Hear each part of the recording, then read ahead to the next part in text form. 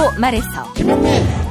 네, 오늘은 김명수 대법원장 후보자 인준안 가결과 관련해서 이야기를 나누겠습니다.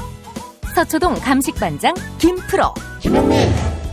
오늘은 KB금융지주 윤종규 회장의 연임 과정에 어떤 문제가 있는지를 살펴보겠습니다. 이완배 기자의 경제의 속살. 네, 오늘은 김명국의 시집 베트남 처갓집 방문해서 몇 편 골라 읽어드리겠습니다. 정선태 교수의 오늘을 읽는 책. 김용민 브리핑. 잠시 후 시작합니다.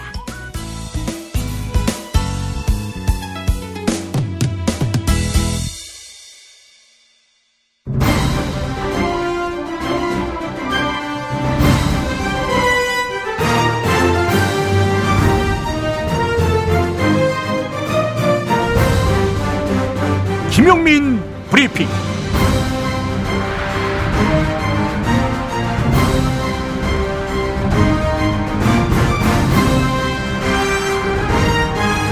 (2017년 9월 22일) 금요일입니다. 자유한국당의 집단적 기억상실증을 우려합니다. 지금 김명수 대법원장의 편향성을 지적하고 있지요.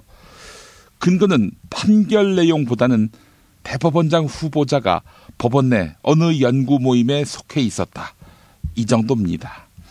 판사는 판결로 말한다고 하는데 그것 따위는 안중에도 없습니다. 혹시 트집 잡을 만한 판결이 없었기 때문은 아닐까요? 이명박 씨 때 발탁된 현 양승태 대법원장 청문회 당시, 그때 야당이었던 민주당은 대법관 시절 용산 참사 철거민에게는 중형을 선고했지만 삼성 에버랜드 전환사채 헐값 발행 사건 때는 이건희 회장에게 면죄부를 주는 등 지나치게 보수 편향적이 아니냐, 이런 지적을 양승태 후보자 앞에서 펼쳤습니다. 당시 자유한국당은 귀를 닫았었습니다. 실제 대법원장이 된 양승태는 지난 6년 동안 우편향 보수색채 판결로 대법원을 권력의 청부기관으로 오도했습니다. 게다가 하급심 판사를 단속하기 위해 블랙리스트를 만들었다는 의혹도 사고 있습니다. 정말 대법원장의 편향성을 걱정한다면 양승태 후보자 때도 한마디 정도는 했어야 하는 거 아닙니까? 정말 기막힌 것은 공영방송 구성원들의 정상화 투쟁에 대한 자유한국당의 인식입니다. 자유한국당은 문재인 정부가 언론노조를 시켜서 공영방송을 장악하려 든다, 이렇게 천연덕스럽게 떠들고 있습니다. 근거는 역시 미약합니다. 언론노조가 자기들 편이 아니라는 거, 이것이 유일합니다. 자, 그렇다면은 언론노조가 여당 편이었습니까? 언제부터요? 또 자유한국당이 여당일 당시 대통령의 수족들이 방송을 권력의 나팔수 정도로 알며 마음대로 오용했던 지난날, 이 지난날의 족적은 무슨 논리로 설명할 수 있겠습니까? 뭐라 한마디 변명이라도 해야 하는 거 아닙니까? 영남과 부자들의 지지 하나 믿고 아무 말 대잔치로 연명하는 자유한국당, 한국 정치의 성숙을 가로막는 악성 바이러스라고 해도 과언이 아닙니다. 그렇습니다. 촛불혁명은 아직 끝나지 않았습니다. 괴수 하나 묶어둔 것으로는 안 됩니다. 부역자, 공범도 함께 청산돼야 합니다. 그러기 위해서는 국민의 여전한 뜨거운 관심이 절실합니다. 김보영 아나운서가 오늘의 주요 뉴스 준비하고 있습니다.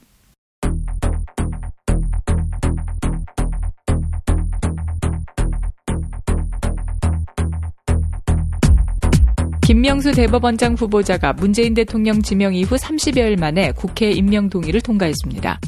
대법원장 김명수 임명 동의안은 가결되었음을 선포합니다.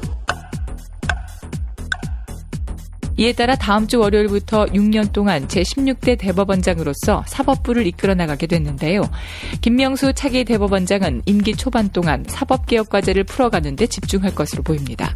특히 사법 신뢰를 훼손하는 전관예우의 근절, 그리고 법관 인사와 사법행정권 분산이 주요 과제로 거론되고 있습니다. 2012년 작성된 군사이버사령부의 댓글공장 문건에 당시 김관진 국방부 장관 친필 서명이 기재된 것으로 확인됐습니다. 문건은 국회 국방위원회 간사인 더불어민주당 이철희 의원이 공개했는데요. 문건에는 청와대와 국정원 그리고 국방부가 긴밀한 공조체제를 구축하고 정보를 공유한다 이렇게 적혀 있었습니다. 이에 이철희 의원은 사이버 심리전에 청와대와 합동참모본부 그리고 국정원이 동원됐다는 증거다. 이번 사건을 단호한 의지를 갖고 파헤쳐야 한다. 이렇게 강조했습니다. 고용노동부가 파리바게트에 제빵기사 5천여 명을 직접 고용하라. 이렇게 시정명령을 내리기로 했습니다. 파리바게트는 협력업체를 통해 제빵기사를 공급받아 사용해왔는데요. 고용노동부는 이를 불법 파견이라고 판단한 것입니다. 프랜차이즈 업계에서 불법 파견에 관한 법적 판단이 나온 것은 이번이 처음입니다. 가수 고 김광석 씨의 외동딸 서연 씨의 사망 소식이 뒤늦게 알려졌는데요.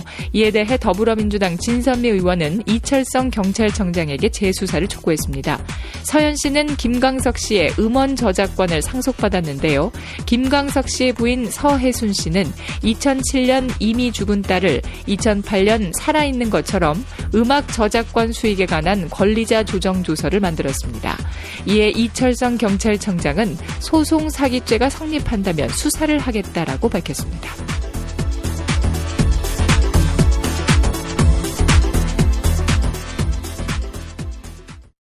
공익제보자가 고통받는 모습으로 기억되는 현실이 바뀌어야 합니다. 내부 고발자로 긴 시간 고통을 받은 한 공익제보자의 말입니다. 당신이 보내는 응원과 격려는 어려움 속에 고통받고 있는 공익제보자의 현실을 바꾸는 시작입니다. 아름다운 재단은 공익제보자들을 지키기 위한 캠페인을 진행하고 있습니다. 어쩌다 슈퍼맨 캠페인에 함께 해주세요. 어디선가 나타나서 생명을 구하고 정의를 지키는 영웅, 슈퍼맨. 우리 주변에도 많은 슈퍼맨이 있습니다. 바로 공익제보자입니다. 어쩌다 슈퍼맨이 되어야만 했던 그들에게 세상은 따뜻하지 않았습니다. 수많은 생명을 살린 2명의 간호조무사는 권고사직을 당했고, 장애인의 인권을 위해 싸운 선생님은 결국 사직했습니다. 어려움을 감내하고 있는 슈퍼맨들에게 이제 우리가 감사를 전해야 할 때입니다. 시민사회 지지 캠페인 어쩌다 슈퍼맨에 함께해주세요. 아름다운 재단. 스페이드 퀴즈입니다. 돌잔치, 칠순잔치, 가게홍보, 체육대회, 창사기념일. 정답! 기념품! 문제를 끝까지 들으셔야죠. 이럴 때 사용하는 판촉물이나 기념품, 답례품, 단체 선물 등을 취급하는 전문업체로서 국민을 위해 제대로 일하는 언론과 정당에 후원을 하는 판촉물 전문업체는 어디일까요? 정답! 네피알! 네? 어디라고요? 네피알!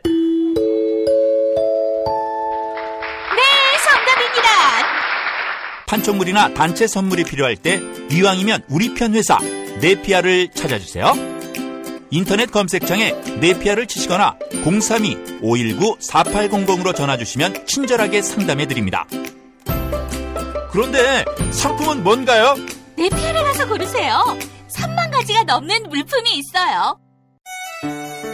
기분 좋다고 쏜 3차 술값 20만 원.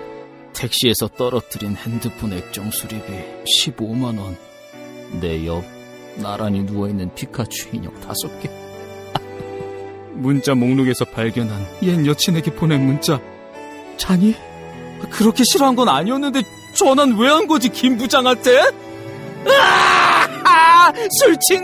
술친구만 먹었어도!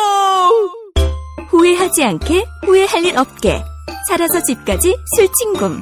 재구매율과 후기가 좋은 술친굼을 지금 네이버에서 검색하세요. 충남 금산의 넓은 인삼밭, 정성농장을 일군 농부아버지 이정열 씨. 자연은 노력한 만큼 내어준다. 그 자연의 마음을 알기에 정성농장을 더불어 일구는 아들 이성규 씨도 아버지에게 배운 것처럼 정직하고 또 성실하게. 정성농장 홍삼은 인삼 재배부터 가공 판매까지 모두 책임지고 있습니다. 그래서 대한민국 1등 품질을 자부합니다. 검색창에 정성농장 홍삼을 검색해주세요. 정성농장 홍삼. 전화 문의는 010-9754-6972.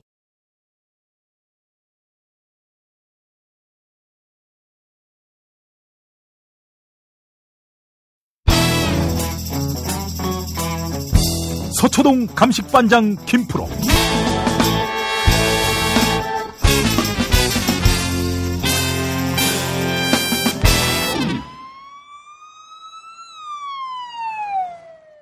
김프로 나와 계시죠?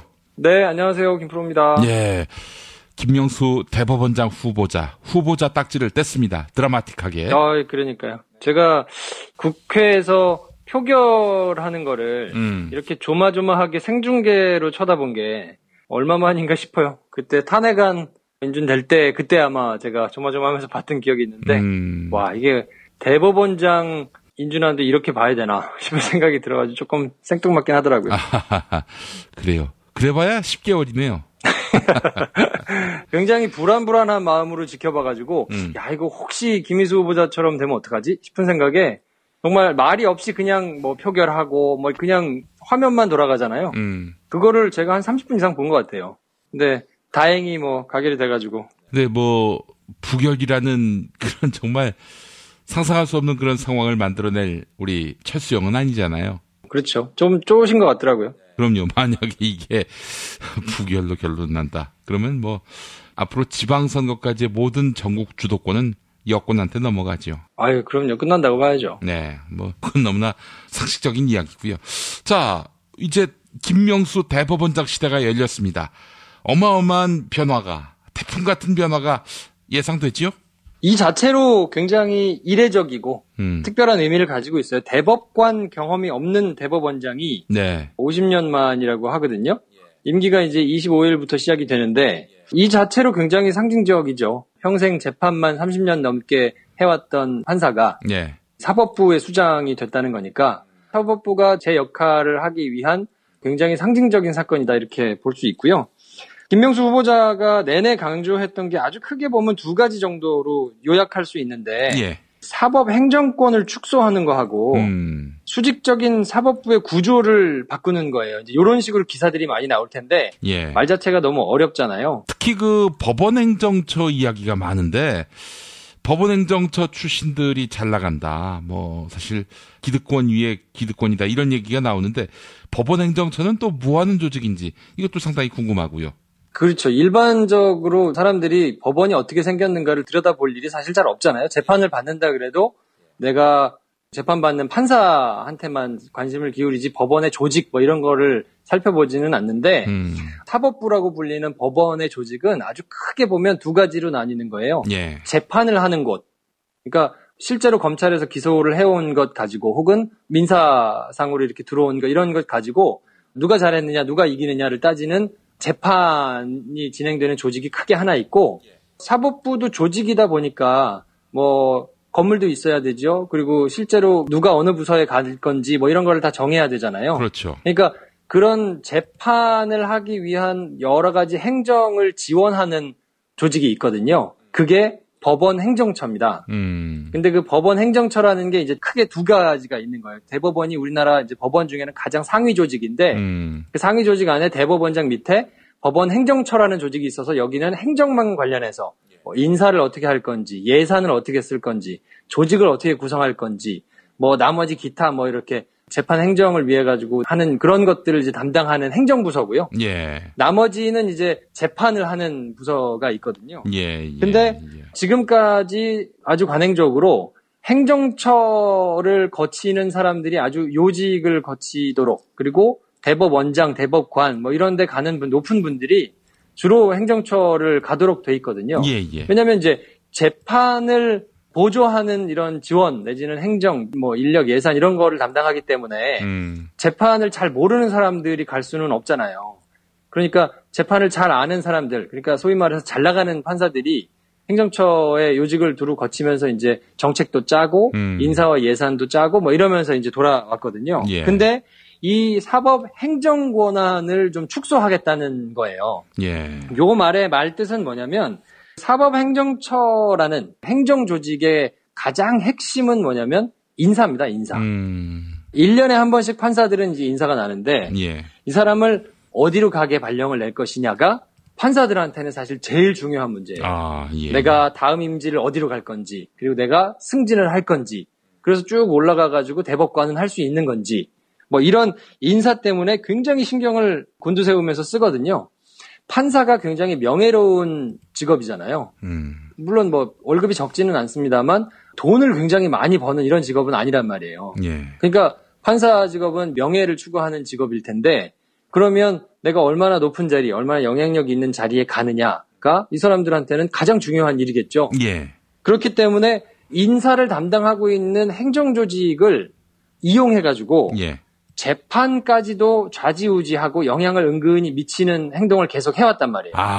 그렇군요. 말 잘 듣는 놈들을 주요 보직에다가 보내주고 뭔가 조금 튀게 판결하고 뭔가 말을 안 듣고 이런 재판을 하는 사람들을 가만히 봐뒀다가 그 사람들은 조금 이 인사상으로 뭐 드러나게 불이익을 주지는 않지만 예. 뭔가 이렇게 좀 좋지 않은 부서에다가 배치하고 뭐 이렇게 이제 할 수 있는 권한이 행정처에 있으니까 예. 행정처 어르신들한테는 무조건 잘 보여야 되는 거예요. 거스르면 안 되고. 예. 근데 그게 지난번에 이제 전국 판사 블랙리스트 사건 관련해서 제가 누누이 말씀드렸을 때 대한민국 전체 판사들이 한 3,000명 조금 넘게 있는데 이 사람들한테 전부 다 설문지를 보내가지고 설문을 받았더니 한 80% 가까운 판사들이 상급심, 그러니까 뭐 1심, 2심, 3심 이렇게 있는데 그 상급심에서 판결 내린 거하고 조금 반대되는 이런 판결을 내릴 때 혹시 당신이 불이익을 받을까 걱정합니까? 라고 물어봤더니 한 80% 가까운 사람들이 조금 걱정돼요. 이렇게 대답을 했거든요. 그러니까 실질적으로 영향을 굉장히 미치고 있다는 뜻인 거예요. 그게 신경 쓰인다는 거니까. 예. 근데 원래는 그게 신경이 쓰이면 안 되거든요. 판사는 각각이 독립적인 법관이기 때문에 그 기관으로서 역할을 해야 되는데 인사를 무기로 해서 재판을 은근히 리드하고 조율하고 이런 거를 해왔었는데 예. 누누이 김명수 후보자가 얘기했던 것은 결국 이런 것들을 타파해가지고 사법행정 권한을 굉장히 축소하겠다. 그래서 원래대로 재판을 보조하고 지원하는, 재판이 원활하게 잘 돌아가게 하도록 하는 그 역할을 담당하는 데만 집중하게 하겠다라는 거니까 예. 사실은 본인이 그냥 가만히 있어도 되는 거예요. 왜냐하면 본인이 그걸로 영향을 미치고 나름대로 이렇게 조율을 할 수 있는 힘인데 그거를 내려놓겠다고 얘기한 거니까 예. 이거는 사실 굉장한 일이기는 한데 본인 말한 거를 잘 지킬 것이냐를 엄밀히 따져보고 좀 체크해 봐야 되는 일이기는 합니다. 알겠습니다. 법원은 뭐 판결하는 곳 이런 정도로 인식을 했었고 그 판결을 공정하게 했던 사람, 덕망 높은 사람 이런 사람이 법원의 고위직에 진출하는 걸로 알고 있었는데 그런 분위기나 흐름은 아니네요. 지금까지는 조금 그렇지는 않아 왔어요. 그래서 불만도 굉장히 많았었고요. 그리고 두 번째로 수직적인 사법부 구조를 개선하겠다고 얘기하는 게 말이 어려운데 네. 이거는 쉽게 얘기하면 인사를 두 개로 나눠가지고 하겠다는 뜻이거든요. 그러니까 지금은 판사 구조가 어떻게 되어 있냐면 처음에 판사가 되면 평판사로 있다가요. 예. 지방법원 부장판사 정도 되면 이제 일반 기업에서는 한 부장급 정도 올라간다고 생각하면 돼요. 예. 근데 한 15년 차, 16년 차 정도 되면 지방법원 부장판사를 하거든요. 근데 그렇게 있다가 한 22년에서 25년 차, 그러니까 한 판사 한 지 한 20년 정도 넘으면 이제 고등법원 부장판사를 하게 되는데 이거는 뭐 그냥 일반 기업으로 치면 한 상무급 정도 된다고 보면 돼요. 그러니까 본격적으로 이제 뭐 차가 나오고 기사도 나오고 뭐 이런 이제 임원급 대우를 받는다고 보면 되는데 실제로 차관급이어가지고 관용차가 나오거든요. 고법부장부터는. 그리고 고법부장으로 있다가 이 고법부장이 전체 판사의 한 절반 정도 돼요. 그러니까 절반은 못하는 거예요, 고법부장을. 예. 그러니까 굉장히 치열하겠죠. 그렇게 있다가 12명밖에 없는 이제 대법관이 되는 거고, 대법관 중에서 보통 이제 대법원장이 뽑혀왔으니까, 요런 이제 구조하에 있었거든요. 그래서 판사로 임용돼서부터 한 뭐 12년 정도까지는 열심히 그냥 평판사를 하다가, 15년 정도 되면 이제 한번 승진해가지고 임원이 되고, 그러다가 한 22년에서 25년 차 정도 하면 이제 임원급으로 승진하고, 그 이후에 이제 한 30년 정도를 하면 집안 법원장을 하면서 대법관 이런 걸 노려볼 수 있는 이런 구조로 돼 있는데 예. 이러다 보니까 30년 정도를 쭉 그렇게 밟아가지고 한 대법관이 대법원에서 판결을 하면서 판례가 만들어진단 말이에요. 근데 한 10년 차 정도 되는 막 이렇게 나름대로 이제 혈기 있고 뭐 정의감 있는 판사가 그 30년 정도 되는 어르신들이 해놓은 판결을 뒤집어야 되잖아요. 근데 뒤집는 게 조금 눈치가 보이더냐라고 물었을 때 80% 되는 사람이 그래요. 조금 이게 눈치가 보입니다라고 얘기를 했던 거거든요. 예. 그러니까 이게 결국은 그냥 단순히 판사들이 쭉 인사 체계가 어떻게 돼가지고 수직적인 이 구조로 돼 있는 것 자체가 문제인 게 아니고 이게 결국은 재판에도 영향을 미칠 수밖에 없는 구조이기 때문에 지방 법원의 인사하고 고등법원의 인사, 그러니까 1심, 2심의 법원들의 인사를 투트랙으로 분리해서 가겠다는 거예요. 지방법원은 지방법원 인사만 하고 고등법원은 고등법원 인사만 하고 그러니까 한번 이렇게 들어간 사람은 1심 하는 사람은 계속 1심만 하고 2심, 3심을 하는 사람은 2심, 3심만 하는 구조로 이제 이렇게 가는 형태거든요. 예.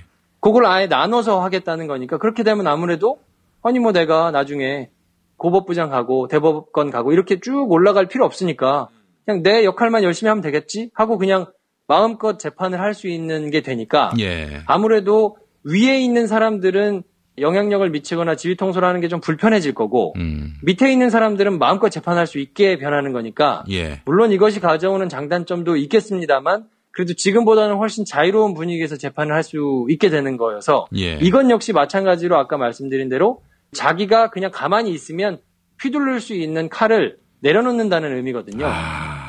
그러니까 이게 사실 지금껏 이렇게 공약하고 뭐 이렇게 지키겠다 해가지고 밑에서 야 이렇게 해야 됩니다. 제왕적인 대법원장의 권한을 좀 축소하고 내려놓고 해야 된다고 말을 한 사람들은 있지만 실제로 그 자리에 올라간 사람들이 그렇게 하겠다고 제도를 고치고 한 적은 없거든요. 한 번도.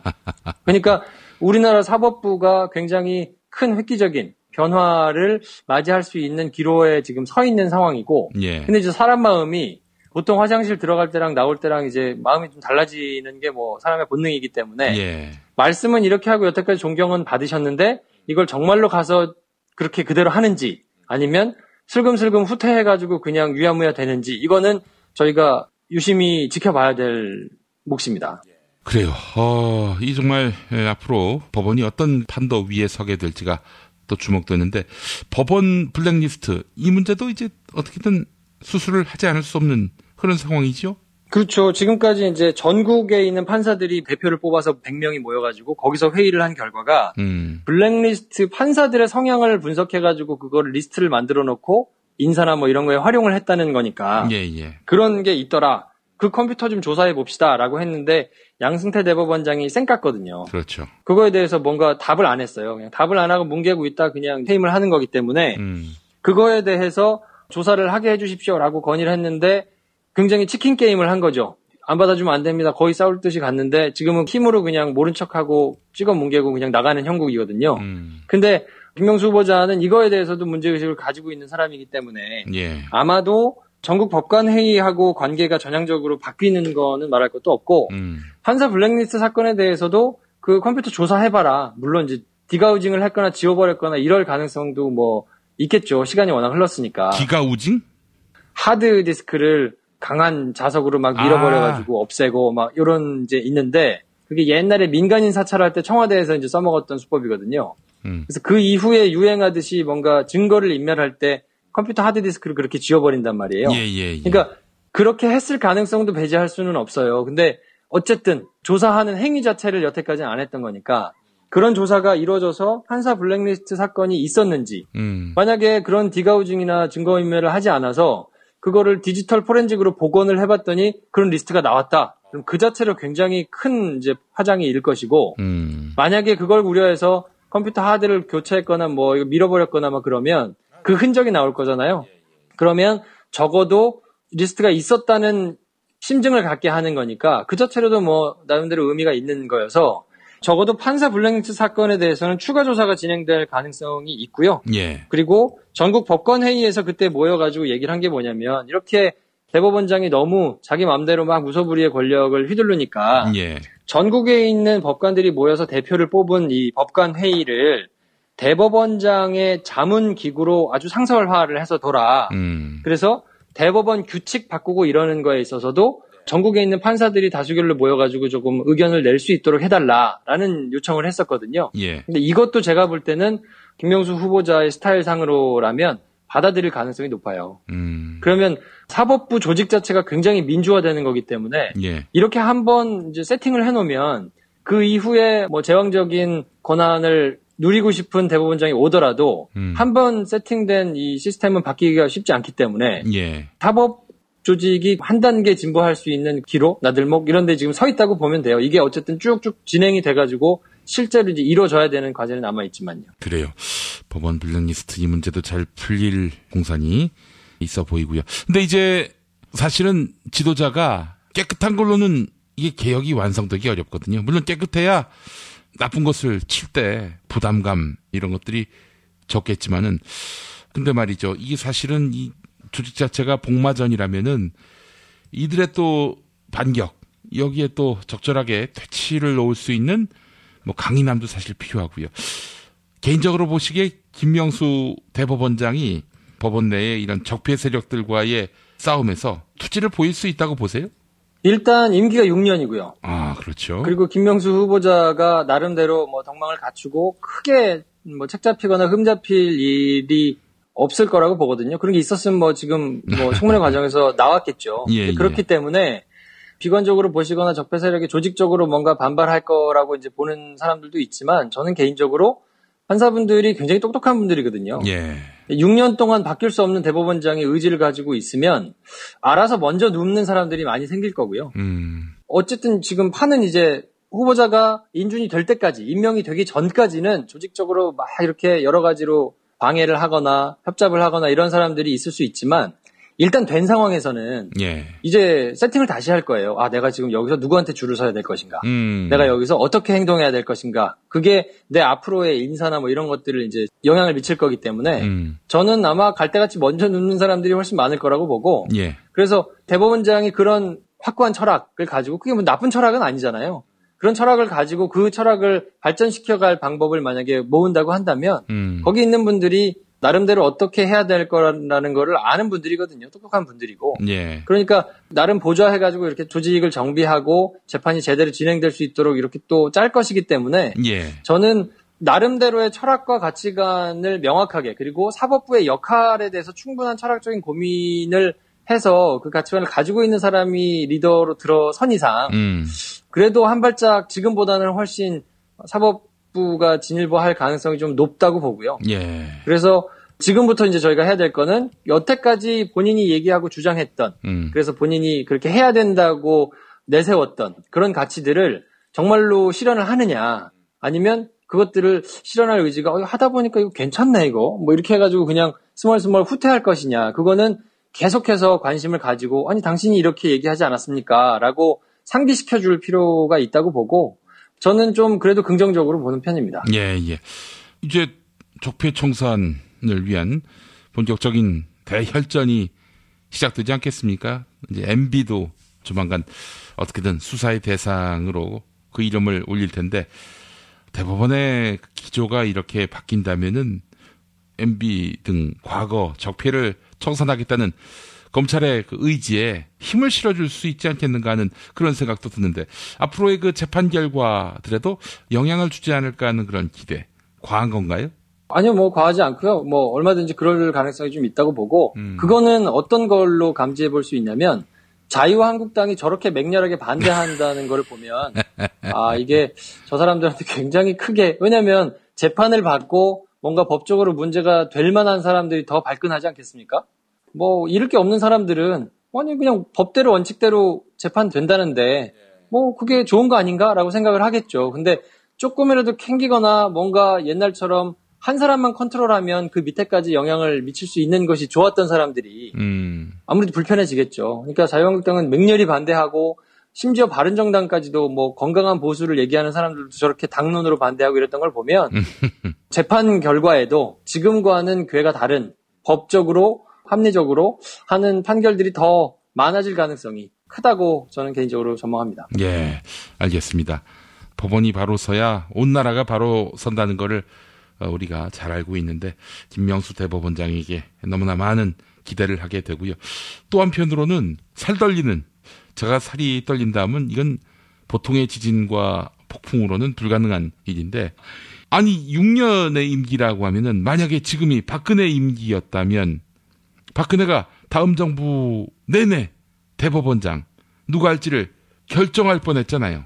만약에 탄핵이 안 됐다면. 그럼요. 굉장히 생각만 해도 아찔한 거고 이제는 어쨌든 사법부가 제 역할을 할 수 있고 공정한 재판을 할 가능성이 조금 높아졌기 때문에 예. 저는 이제 김용민의 갑질 뭐 이런 거에 대해서 이제 고소와 뭐 이런 법적 검토 이런 거를 좀 해야 될 단계가 아니겠는가. 아, 벌써 법적으로 굉장히 합리적으로 판단을 해주시겠죠. 엄벌에 처하지 않겠는가.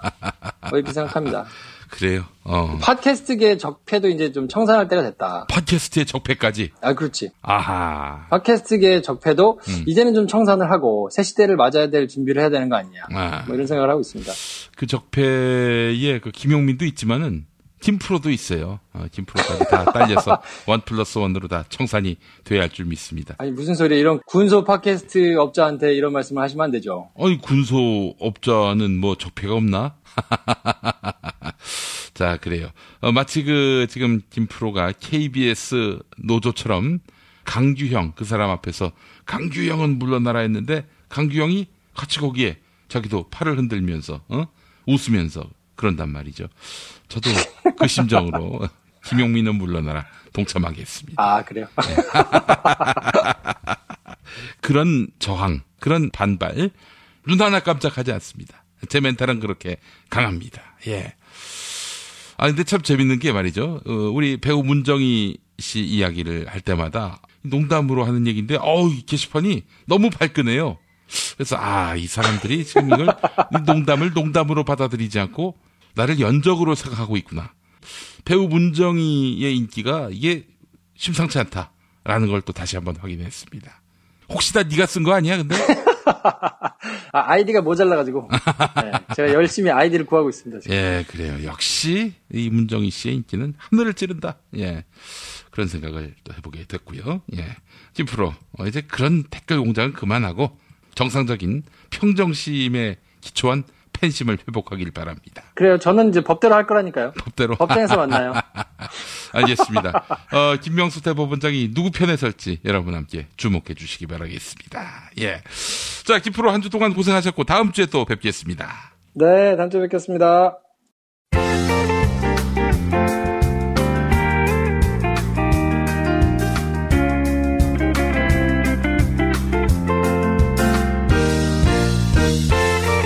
여러분 안녕하십니까?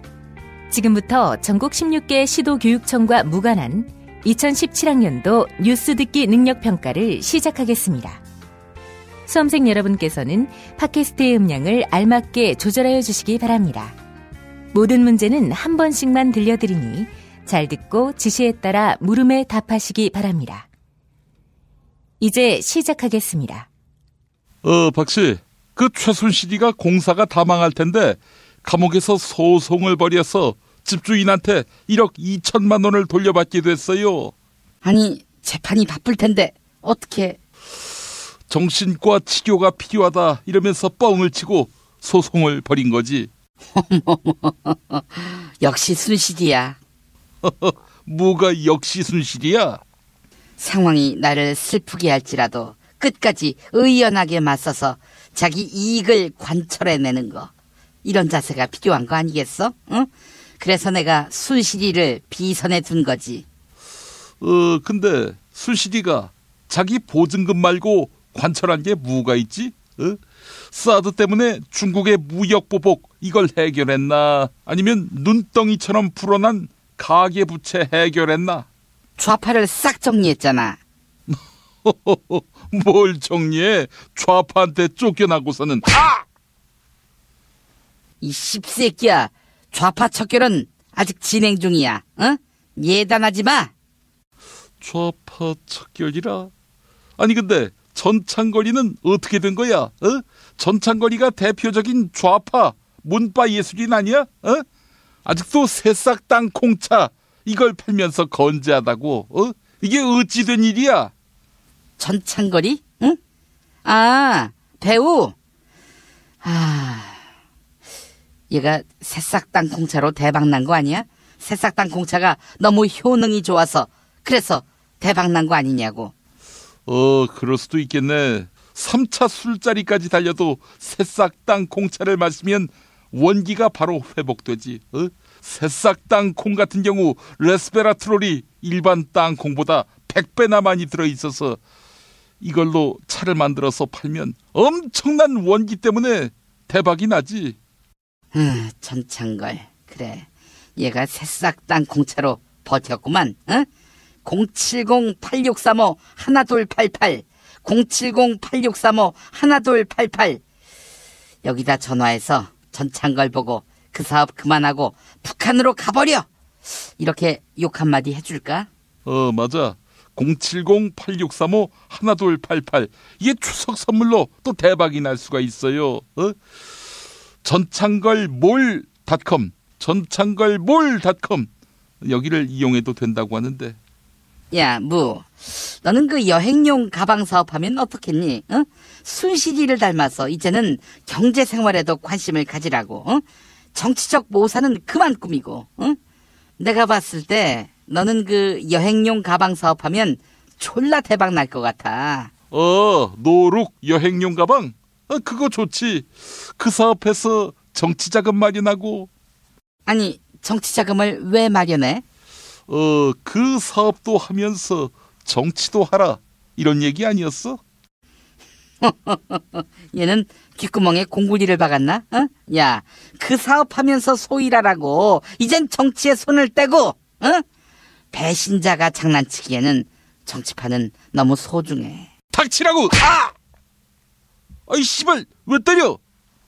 지금 나를 치라고, 치라고 그 말한 거 아니었어? 그래서 한 대 쳤는데? 문제만 해. 알겠습니다. 문제 드리죠. 대박 얘기했는데 대박은 서해순이가 났지요. 다음 중 서해순 주머니에 들어가는 김광석 노래, 즉 김광석 작사, 김광석 작곡의 노래, 이 노래가 뭔지 맞춰주세요. 박씨, 아나? 알지? 1번 사랑했지만. 2번 나의 노래. 3번 이등병의 편지. 4번 일어나. 5번 서른 즈음에.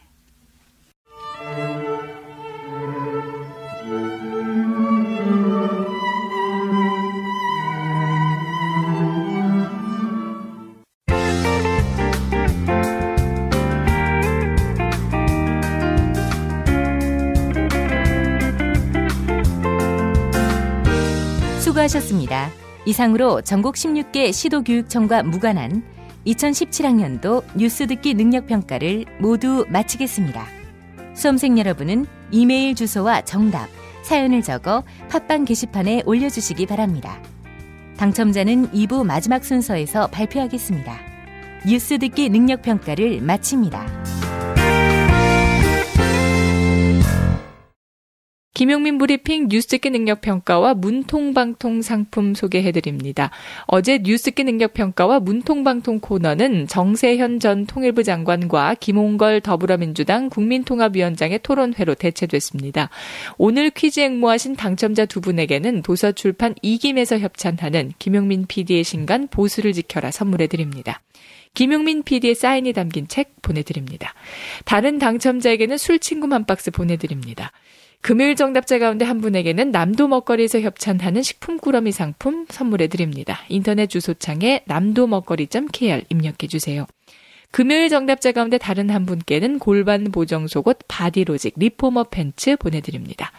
금요일 정답자 가운데 다른 한 분에게는 머문빌리지 이용권 격주로 보내드립니다. 카페와 바베큐장은 물론 대형 수영장과 글램핑장까지 갖추고 있는 총 3,000평의 대지와 건물 2동을 오직 한 팀에게만 서비스합니다. 문통방통 끝말잇기 당첨자께는 별을 따다 구운 과자 롤카스테라 드립니다. 주문 전화 033-646-2668, 인터넷 주문 베이킹파머.co.kr입니다. 김용민 브리핑 뉴스듣기 능력평가, 오늘도 많은 참여 바랍니다. 이놈의 뱃살, 맞는 옷이 없네. 애 돌보랴 일하랴 살 뺄 시간이 없네. 다시 날씬해지고 싶어!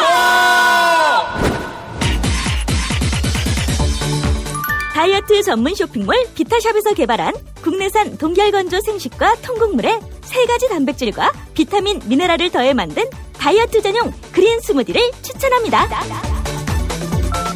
문의는 1522-6648, 1522-6648 혹은 검색창에서 비타샵을 검색해주세요. 쇼인 침대 추석 명절 할인 이벤트 지금 바로 확인하세요. 쇼인 침대가 고민을 들어준다고? 편안한 저자리의 친구 쇼인 침대. 그렇게 편안하니? 업계 최초 2주 체험 정책으로 유명한 쇼인 침대. 더 편한 천연 통과죽 면피 소파도 출시하였습니다. 전시 체험장으로 오세요. 더 많은 혜택이 기다립니다. 어디에 있다고? 딴지마켓에 있네. 검색창에 쇼인 침대. 요즘 하늘색이 참 예쁘죠? 우리가 힘을 모아 바른 소리를 외치니 하늘도 예뻐집니다. 이렇게 맑은 가을, 몸을 위한 좋은 습관 새싹당 콩차 한 잔 어떠세요? 추석 선물에도 부담 없는 새싹당 콩차 티백 2+1은 계속됩니다. 이제 인터넷에서 전창걸의 새싹당 콩차를 검색하세요. 전화 구매는 070-8635-1288 1288. 내 몸의 적폐청산 새싹당 콩차. 반지 벤지 반지 벤지 벤지 벤지 벤지 빠빤지 빠빤지 반지 벤지 반지 벤지 반지 벤지. 오빠 나랑 무슨 게임 할 거예요? 벤지 벤지 빠빤지 빤빤지. 오빠는 마법사 업데이트.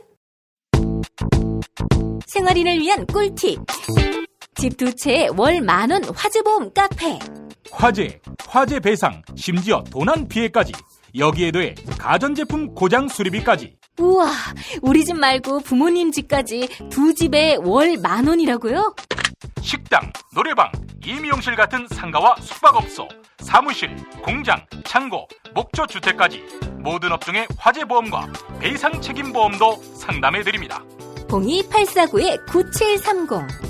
연중 무휴라 언제든 02849-9730.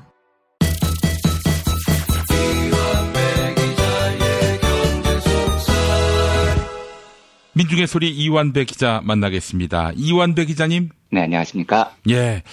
어떻게 울산과학대학 노동자분들께 우리가 뜻을 모아보자라고 했는데 뭐 후속 소식은 있습니까?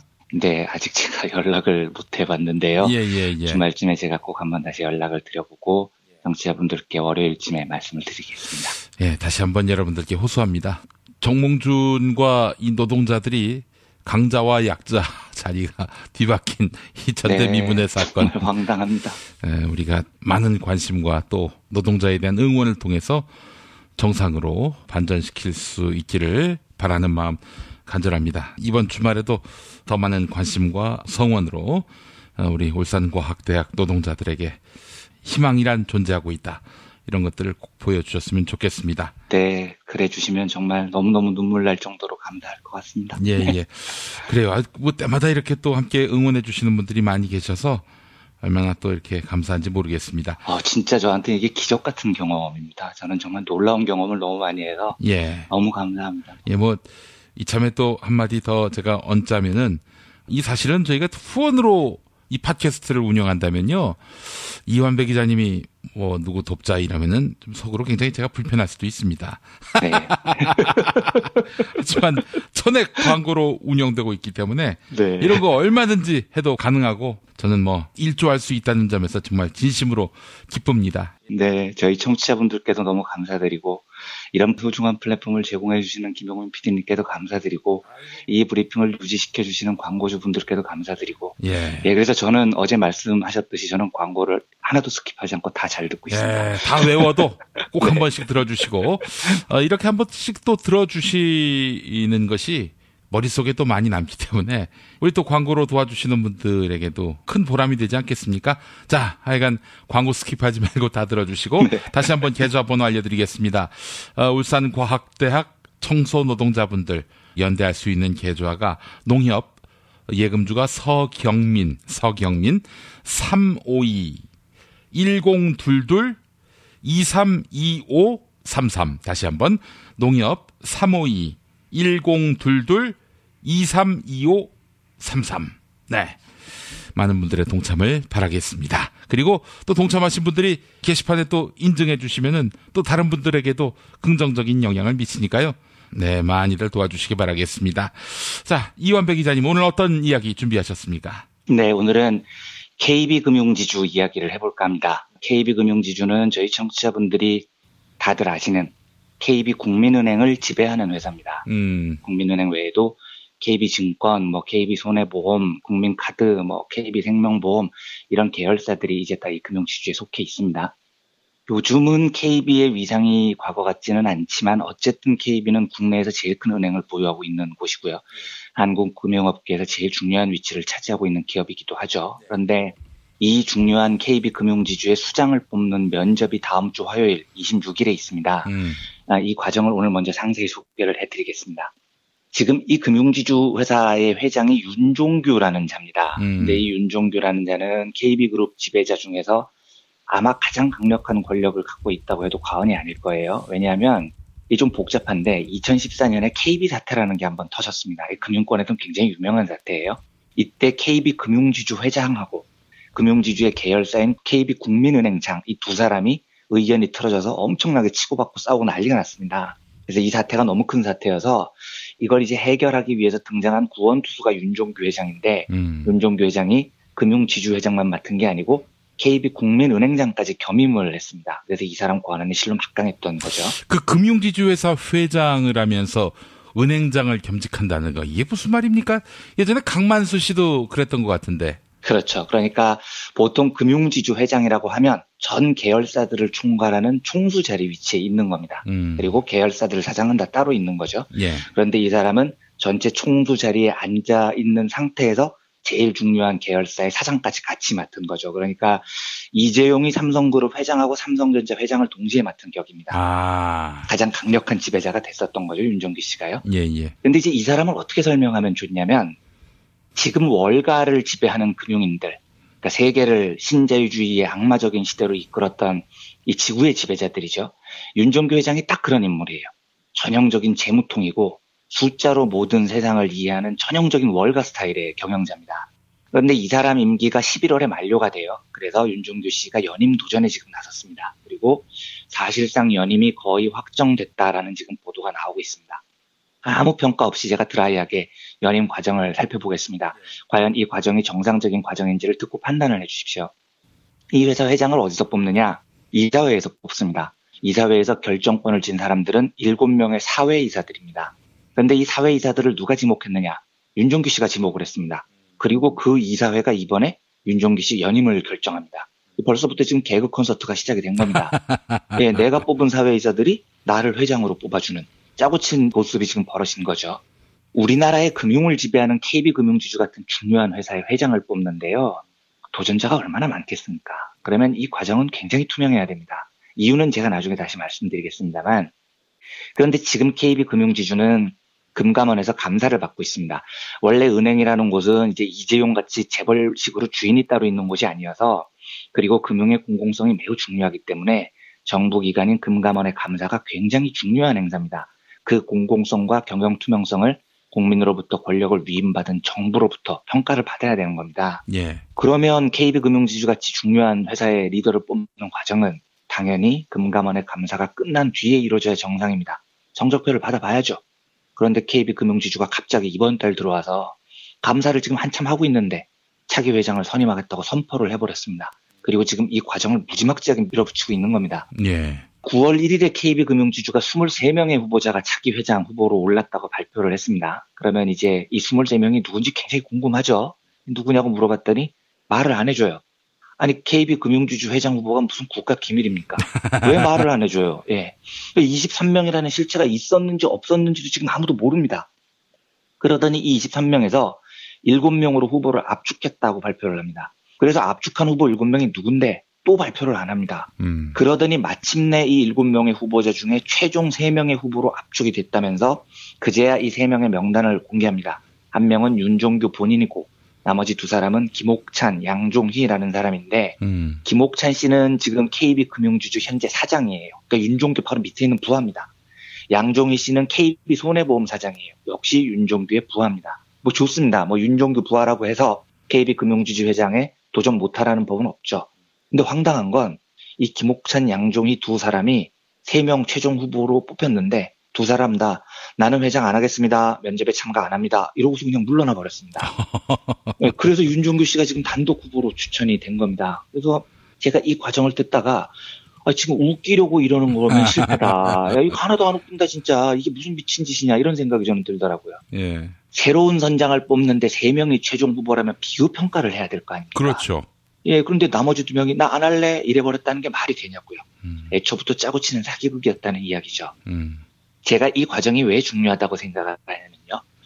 우리가 꿈꾸는 세상과 기업의 지배 구조는 이제 이재용, 정의전, 최태원 이런 또라이들이 없는 세상입니다. 그런데 이 양아치 집단들인 재벌을 몰아내고 상식적이고 건강한 기업의 지배 구조를 만들어야 되는데요. 제가 그동안 재벌들 하는 짓이 하도 양아치여서 얘네들 비판하는데 시간을 많이 쏟아부어서 그렇죠. 예. 재벌이 없어진다고 바로 좋은 세상이 오는 게 아닙니다. 왜냐하면 그 대표적인 예가 미국이에요. 미국을 보면 이재용, 정의전, 최태원 같은 또라이 재벌들은 없죠. 하지만 미국을 지배하는 곧 세상을 지배하는 곳은 월스트리트라는 곳입니다. 재벌같이 주인이 없어도 이 자본의 탐욕에 쩔어있는 금융마피아들이 자기들끼리 짜고 치는 고스톱을 만들어서 세상을 신자유주의 같은 악마의 구렁텅이로 몰아넣어버렸습니다. 예. 그래서 중요한 건 재벌을 없애는 것도 중요하지만 그와 동시에 재벌이 없는 세상에서 어떤 지도자가 기업을 이끌어야 하는지 그 과정을 설계하는 것도 굉장히 중요하다는 겁니다. 예, 예. 근데 우리나라는 이 과정을 어디서부터 설계해야 되냐면 바로 금융그룹으로부터 설계를 해야 됩니다. 왜냐하면 금융그룹은 지금 재벌이 없는 주인이 없는 기업이에요. 그래서 이 기업들의 지도자를 뽑는 과정은 굉장히 공적이어야 되고요.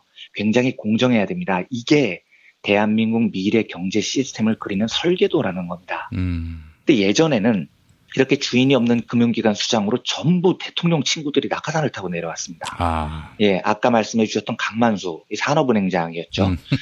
근데 이때 MB 최측근 고소용들이라고 불리는 인간들이 금융기관을 완전히 장악을 합니다. 그래서 강만수 산업은행장, 김승유 하나금융지주회장, 이팔성 우리금융지주회장, 어윤대 전 KB금융지주회장 이 4명이 금융권 4대 천왕이라는 별명으로 불렸었어요.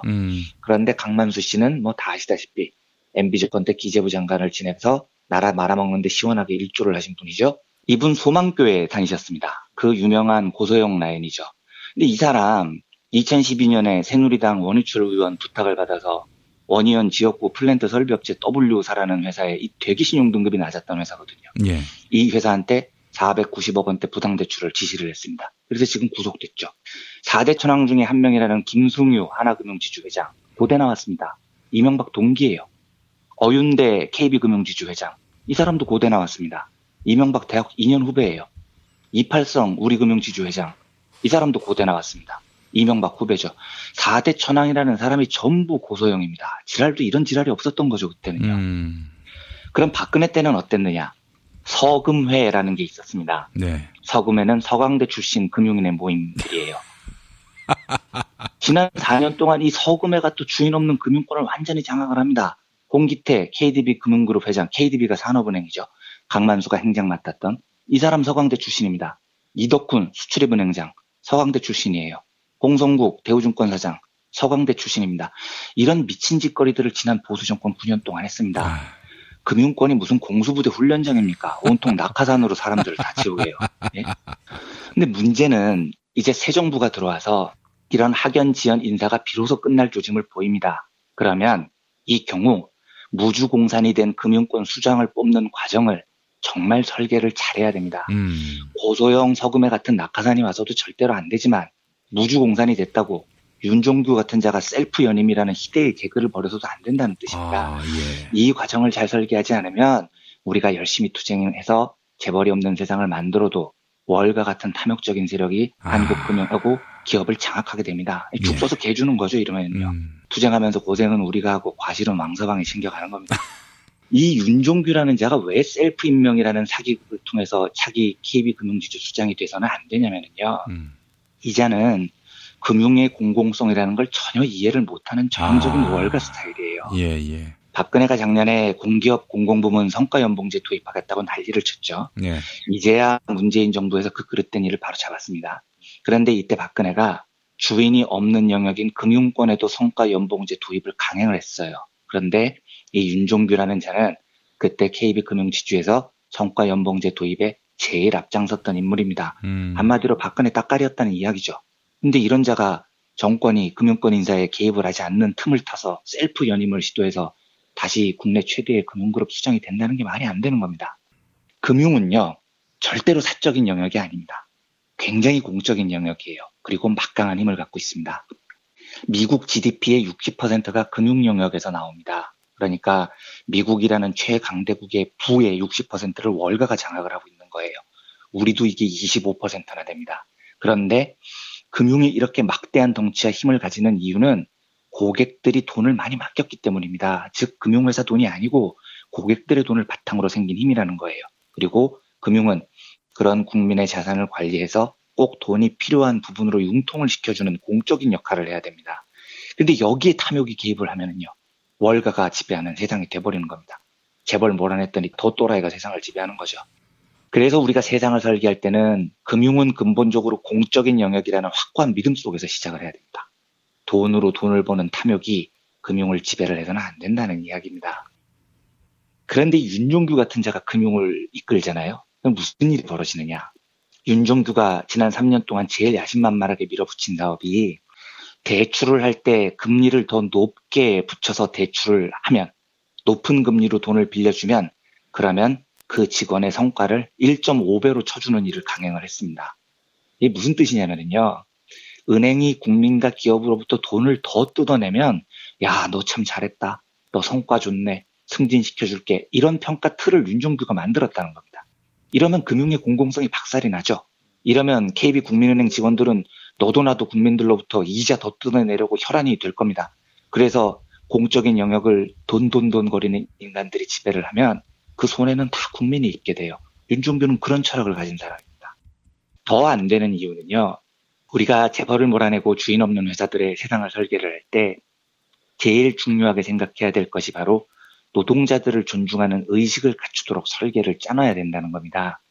그러니까 재벌들은 제가 어제도 소개해드렸듯이 노동자들을 버러지 취급을 하죠.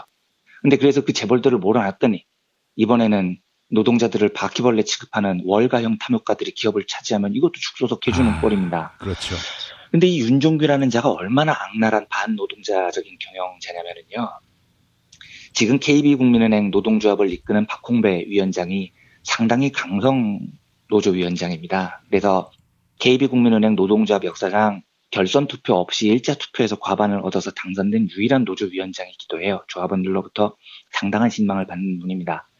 그런데 이 박홍배 위원장이 당선되는 걸 막으려고 윤종규 일당이 난리를 쳤습니다. 그러니까 노조 선거에 회사가 개입을 한 겁니다. 그래서 당시 KB국민은행 임원들이 불법으로 노조 선거에 개입한 녹취록을 보면 얘네들이 부지점장 이런 간부급들을 총동원해서 야, 이번엔 몇 번 찍어라. 몇 번이 당선 안 되면 니네들 가만 안 놔둔다. 이러면서 노조 선거를 개판으로 만들어요.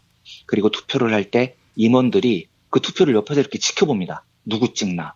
이런 미친 짓을 태연히 해요. 비공개 투표를요. 여기 노조가 항의를 하니까 뭐라고 답을 하냐면 원래 가족끼리 투표할 때도 누구 찍을까 상의하지 않느냐 이렇게 답을 해요. 진짜 가족 같은 소리하고 앉아있는 겁니다. 예? 제가 윤종규 씨한테 제가 묻겠습니다. 솔직히 말해서 니들이 언제 노동자들을 가족으로 생각을 했어요? 가족같이 생각을 했겠죠. 예? 실제로 사측에서 박홍배 위원장 당선 막으려고 선거에서 당선이 된 위원장을 별의별 시비를 걸어서 선거를 무효로 한번 만든 적이 있어요. 그래서 노조위원장이 공백인 상태가 됐습니다. 박홍배 위원장은 선거를 그래서 2번이나 치러서 겨우 당선이 된 겁니다. 그런데 당선된 노조위원장을 무효로 만들어 놓은 다음에 이때 공개된 윤종규의 녹취록을 보면 야, 잘됐다. 노조가 없을 때 우리가 하고 싶은 거 다 하자. 이렇게 회장이 이야기를 합니다. 이게 뭔 놈의 가족이에요? 예? 뭔 놈의 가족이 얼마나 개판이면 가족이 없을 때 하고 싶은 거 다 하자 이런 헛소리가 등장을 합니까? 이 윤종규 씨가 진짜 유명한 게요. 노조가 만나자고 하면 안 만나주는 걸로 유명합니다. 그러니까 뭐 대단한 요구를 하는 게 아니고 만나자고요. 오죽했으면 KB 국민카드 노조원들이 회장 얼굴 좀 보자고 집 앞에서 1인 시위를 한 적도 있어요. 그런데 안 만나줍니다. 그래서 KB금융그룹의 임단협 현황을 보면은요, 전부 다 1년 6개월 이렇게 지연이 돼 있습니다. 왜냐하면 안 만나주기 때문입니다. 만나야 협상을 할 거 아닙니까? 만나야. 그래서 제가 윤종규 씨한테 얘기하고 싶습니다. 가족 좀 자주 만나주세요. 예? 가족이라면서 왜 얼굴을 안 보여줍니까? 이 회사 유명한 일화가 KB국민카드에서 성과연봉제를 도입하겠다고 인사 담당 상무 이인호 씨라는 사람이 있어요. 그래서 이제 설명회를 엽니다. 그런데 노조를 설명회장에 못 들어오게 막아요. 그러더니 노동자들에게 어떻게 설명을 하냐면, 야, 노조가 저렇게 개판이어서 회사를 다 말아먹는다. 이러더니 니네 노동자들도 노조하고 공범이야. 이렇게 소리를 질렀대요. 공범이라는 말은 범죄자라는 뜻입니다. 그렇죠? 노조를 범죄자 취급을 해요. 아니, 뭔 가족을 범죄자 취급을 해요. 가족이라면서. 얘네들도 유명한 일화가 이번 달에 그 KB 노조가 전 조합원들을 대상으로 온라인 설문조사를 했습니다. 휴대폰으로 뭘 물었냐면, 귀하는 이번 회장 선임 절차가 투명하고 공정하다고 생각하십니까? 예, 아니요에 찍을 수 있게 돼 있습니다. 그리고 두 번째 질문. 귀하는 윤종규 현 회장의 연임에 찬성하십니까? 찬성, 반대 찍을 수 있게 돼 있습니다.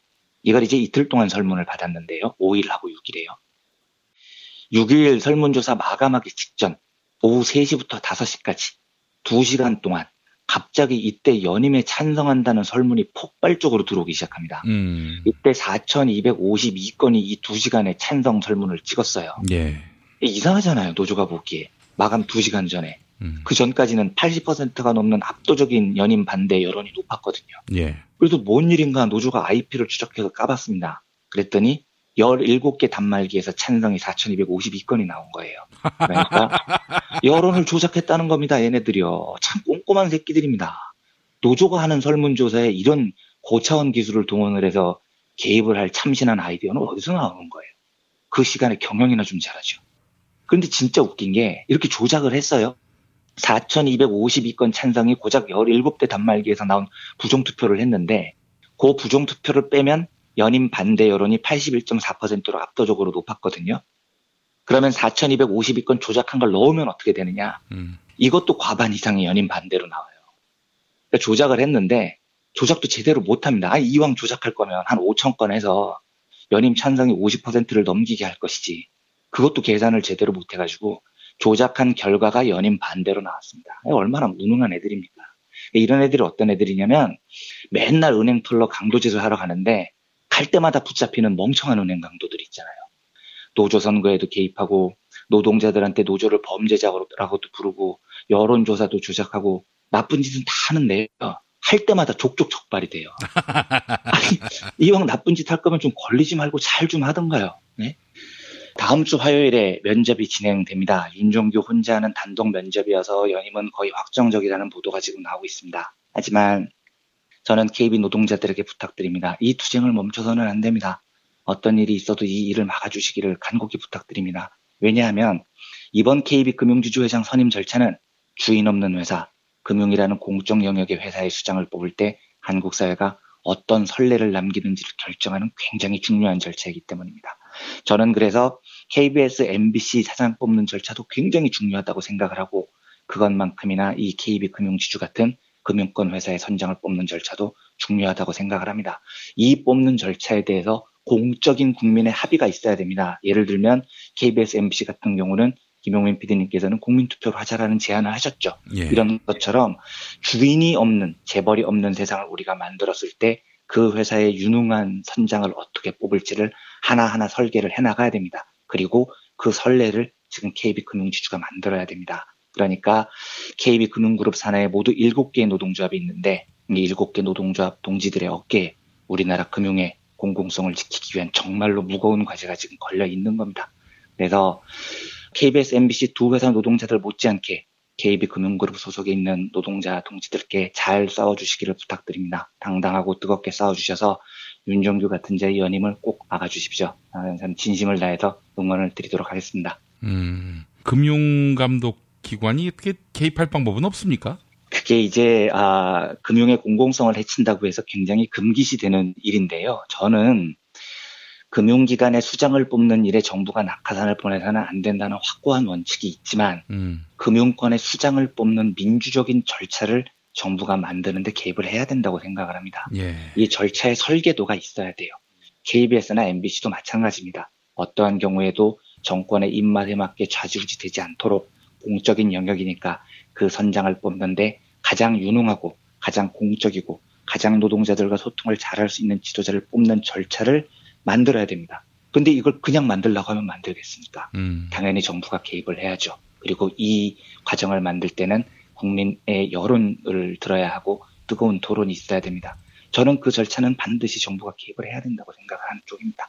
알겠습니다. 자, 오늘도 이완배 기자와 함께했습니다. 수고 많으셨습니다. 네, 감사합니다.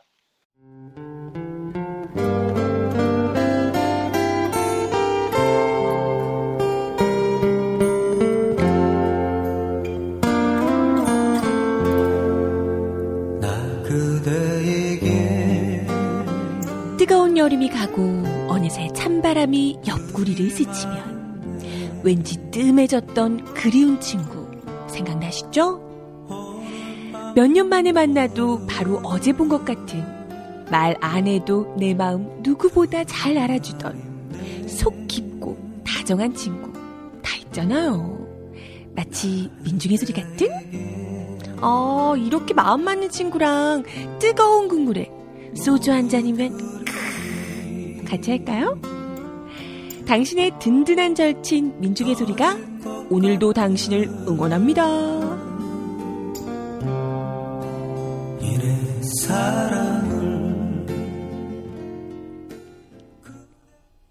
민중의 소리 후원 전화 1661-0451 1661-0451 민중의 소리. 진실은 반드시 밝혀진다고. 무엇이 진실입니까? 대통령이라고 하는 지위를 진실을 밝히지 않는 데에 역이용해서. 김보영 아나운서가 함께합니다. 아프니까 팩트다. 안녕하세요. 아프니까 팩트다 김보영입니다. 가수 고 김광석 씨의 부인 서혜순 씨에 대한 재수사가 필요하다, 이런 목소리가 높아지고 있습니다. 고 김광석 씨의 외동딸 서연 씨가 사망한 사실이 뒤늦게 밝혀졌기 때문입니다. 뉴스타파 이상호 기자는 서연 씨가 10년 동안 실종 상태였음을 확인했고, 이를 취재하는 과정에서 그녀가 사망한 사실을 알게 됐는데요. 서혜순 씨가 최근까지도 서연이는 미국에서 잘 지내고 있다, 이렇게 지인들에게 거짓말을 해왔습니다.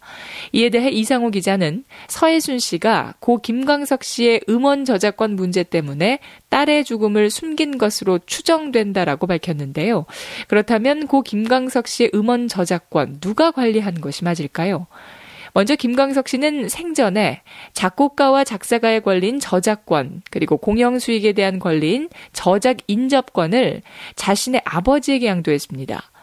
그런데 김광석 씨가 사망하자 서혜순 씨는 김광석 씨의 부친에게 저작권을 요구하며 소송을 벌였습니다. 결국 1996년 김광석 씨의 부친과 서혜순 씨는 합의를 맺고 소를 취하했는데요. 김광석 씨의 부친이 사망하면 모든 권리를 손녀 서연 씨에게 양도한다, 이런 내용의 합의였습니다. 또한 향후 김광석 씨의 음반을 제작할 때에는 양쪽의 합의가 필요하도록 결정했는데요. 하지만 서혜순 씨가 합의를 어겼고 김광석 씨의 부친은 다시 소송을 제기했습니다. 이에 2008년 대법원은 김광석 씨의 저작권과 저작 인접권은 딸 서연 씨에게 돌아간다라고 판결했습니다. 2005년 재판 과정에서 김광석 씨의 부친이 사망했고, 당초 양쪽의 합의대로 저작권이 서연 씨에게 양도된 것입니다. 그런데 2008년 대법원 판결이 있기 전인 2007년 서영 씨가 사망했고, 서혜순 씨는 이를 숨긴 것이죠. 딸이 죽어 있으면 그 저작권에 대한 관리가 자기가 아닌 김광석 씨 친가, 본가 쪽으로 넘어가는 거예요. 그렇기 때문에 딸이 살아있는 것처럼 행동해야만 했던 것이고, 나아가서 딸의 사망과 직접적으로 자기가 관련이 있기 때문에 그 혐의를 숨기기 위한 정황도 있다. 이상호 기자가 김용민의 뉴스브리핑과 가진 인터뷰였는데요. 서현 씨는 2007년 사망할 무렵 서해순 씨와 갈등이 있었던 것으로 전해집니다. 최근 서해순 씨는 미국으로 해외 이주를 준비해왔고 출국이 임박한 것으로 파악됐습니다. 지금까지 아프니까 팩트다였습니다. 어머님, 아버님, 오래오래 건강하세요. 개업 축하합니다. 본세다 잠드소서. 결혼을 축하합니다. 형부, 우리 언니 반품은 안 됩니다. 차장 승진하신 주과장님, 주차장 되신 거 축하해요. 우리 같이 산 게 벌써 7년이나 됐네. 썩 짜릿했던 시간이었어. 태어나서 처음으로 여자에게 보내는 꽃이야. 너랑 닮은 꽃. 생일 축하해. 사랑과 축하. 위로가 있는 곳에 좋은 사람과 플라워. 1566-0263 1566-0263입니다. 엄마, 독서실 갔다 왔어. 맛있는 야식 좀 해줘. 여보, 나 회식했더니 속쓰려. 해장국 좀 부탁해. 알았어. 내가 한 방에 해결하지. 이제 남도 먹거리 쇼핑몰에서 건강과 행복을 쇼핑하세요. 남도의 맛깔스러운 김치부터 담양식 돼지갈비까지. 주소창에 남도먹거리.kr을 입력하시거나 주문 전화 1544-1669 1544-1669로 전화주세요. 한글도 남보다 빨리 깨치고 참 똑똑했는데 갈수록 실력이 뒤처지는 것 같아 걱정이에요. 혹시 초등학교 교과서 본 적 있어요? 어려운 어휘가 너무 많아요. 학교에서는 어휘 개념을 하나하나 설명해줄 시간이 정말 부족하잖아요. 그럼 어떡하죠? 내 아이의 어휘만큼은 내가 책임져야죠. 어휘 공부의 정석. 초등어휘 3000, 초등어휘 5000. 검색창에 초등어휘 3000을 쳐보세요. 야, 너 홍어 판다 그랬지? 팔지. 근데 홍어가 진짜 그렇게 몸에 좋아? 아니, 끝내준다니까. 우리 엄마 관절염인데? 홍어. 나 숙취는? 홍어. 마누라 다이어트는? 홍어. 큰이모 변비? 홍어. 작은 형 소화불량은? 홍어. 여동생 피부? 홍어. 큰 누나 주름? 홍어. 명절 때 선물은? 홍어라니까. 근데 비싸지? 열나 싸고 열나 맛있는 홍어가 있다니까. 어디? 알싸한 홍어. 1599-6456.com 혹은 1599-6456 전화 주문도 가능합니다. 골반 잡자 바로 잡자 바디로직. 허리 통증 바로 잡자 바디로직. 몸매 교정 바로 잡자 바디로직. 자세가 좋아지는 골반 교정 타이즈 바디로직. 검색창에 골반 교정 바디로직. 삐딱한 남성 골반 허리에도 역시 바디로직입니다. 바디로직의 효과를 못 느끼셨다면 100% 환불해드립니다. 자세한 환불 조건은 홈페이지를 참조하세요.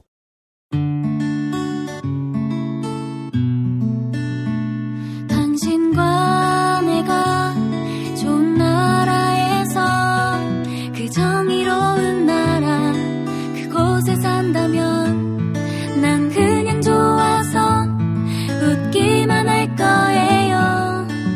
당신의 뉴스 보좌관 김용민 브리핑.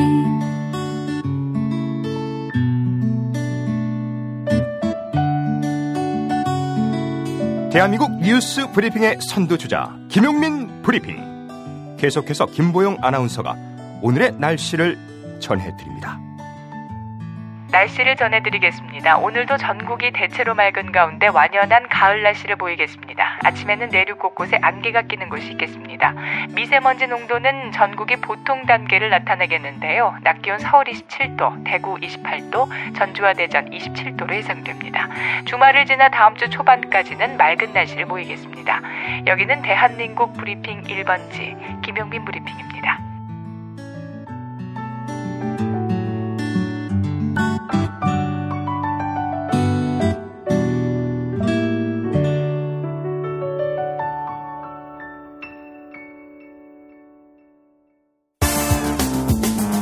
오늘을 읽는 책, 문학평론가인 국민대학교 국문학과 정선태 교수와 함께합니다. 정선태 교수님과 함께하겠습니다. 교수님. 네, 안녕하세요. 네, 자 교수님 오늘 시가 있는 금요일 많은 분들이 또 기다리고 있는 금요일입니다. 네, 시가 있는 금요일인데 오늘 녹음하는 시점에서 조금 전에 국회 방송을 통해서 김명수 대법원장이 통과되는 과정을 지켜봤어요. 이 말씀을 왜 드리냐면은 월드컵 축구 중계도 이렇게 가슴 조이면서 본 적이 없는 것 같아요. 다행스러운 마음에 오늘은 좀 편안하게 시 읽어드리겠습니다. 예. 네, 우리 김 PD는 별 감흥이 없는 모양이죠? 저는 너무나 당연하게 가결을 예상했었는데요. 그도 그럴 것이 가결 아닌 부결을 택한다는 거는 상상도 못할 일이거든요. 그렇게 생각하는 사람들도 꽤 많잖아요. 불결될 거라고 생각하는 사람들도. 그런데 정치인들은 의외로 스탠다드한 답으로부터 멀리 벗어나 있지 않습니다. 이거 만약에 국민의당이 부결적으로 택했다는 것은 더 이상 정치하고 싶지 않다. 이런 의미고, 실제로 얘기를 들어보니까 이제 더불어민주당 같은 경우 만약에 부결될 경우, 그럴 경우에는 전원이 의원직 사퇴를 선언하고 국회를 보이콧하는 것이죠. 그러면 이제 다른 당으로서는 120석 넘지 않습니까?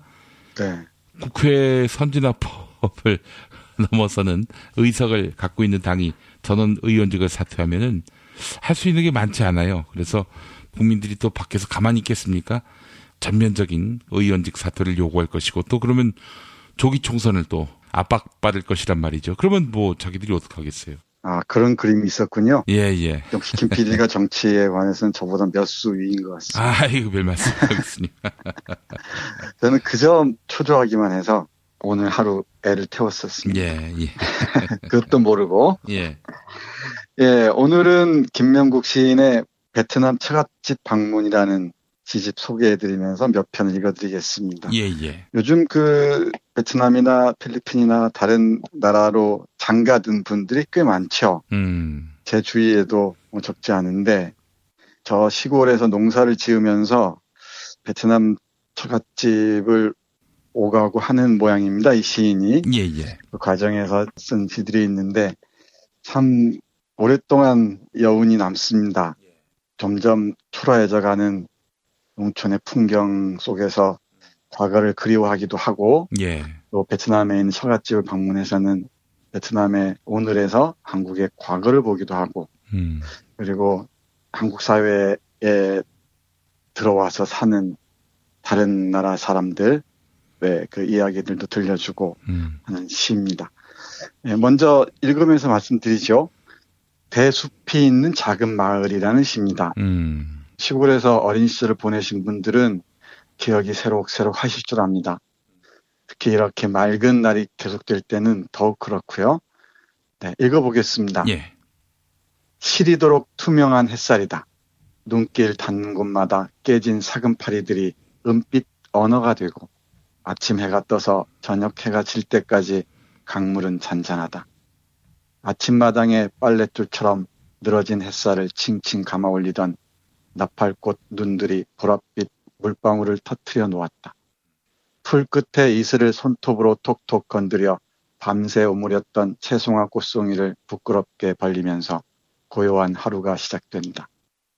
봉숭아 꽃들이 줄을 지어 늘어선 마당 한 귀퉁이, 민들레가 피었던 산밑 방죽에서부터 들판 안개가 살며시 밀려난다. 나는 깊은 숨을 들이마셨다가 뇌시곤 한다. 울창한 수목들이 빽빽하게 들어찬 숲 오솔길, 잎이 푸른 한 그루 상수리 나무가 되고픈 시절이 있었다.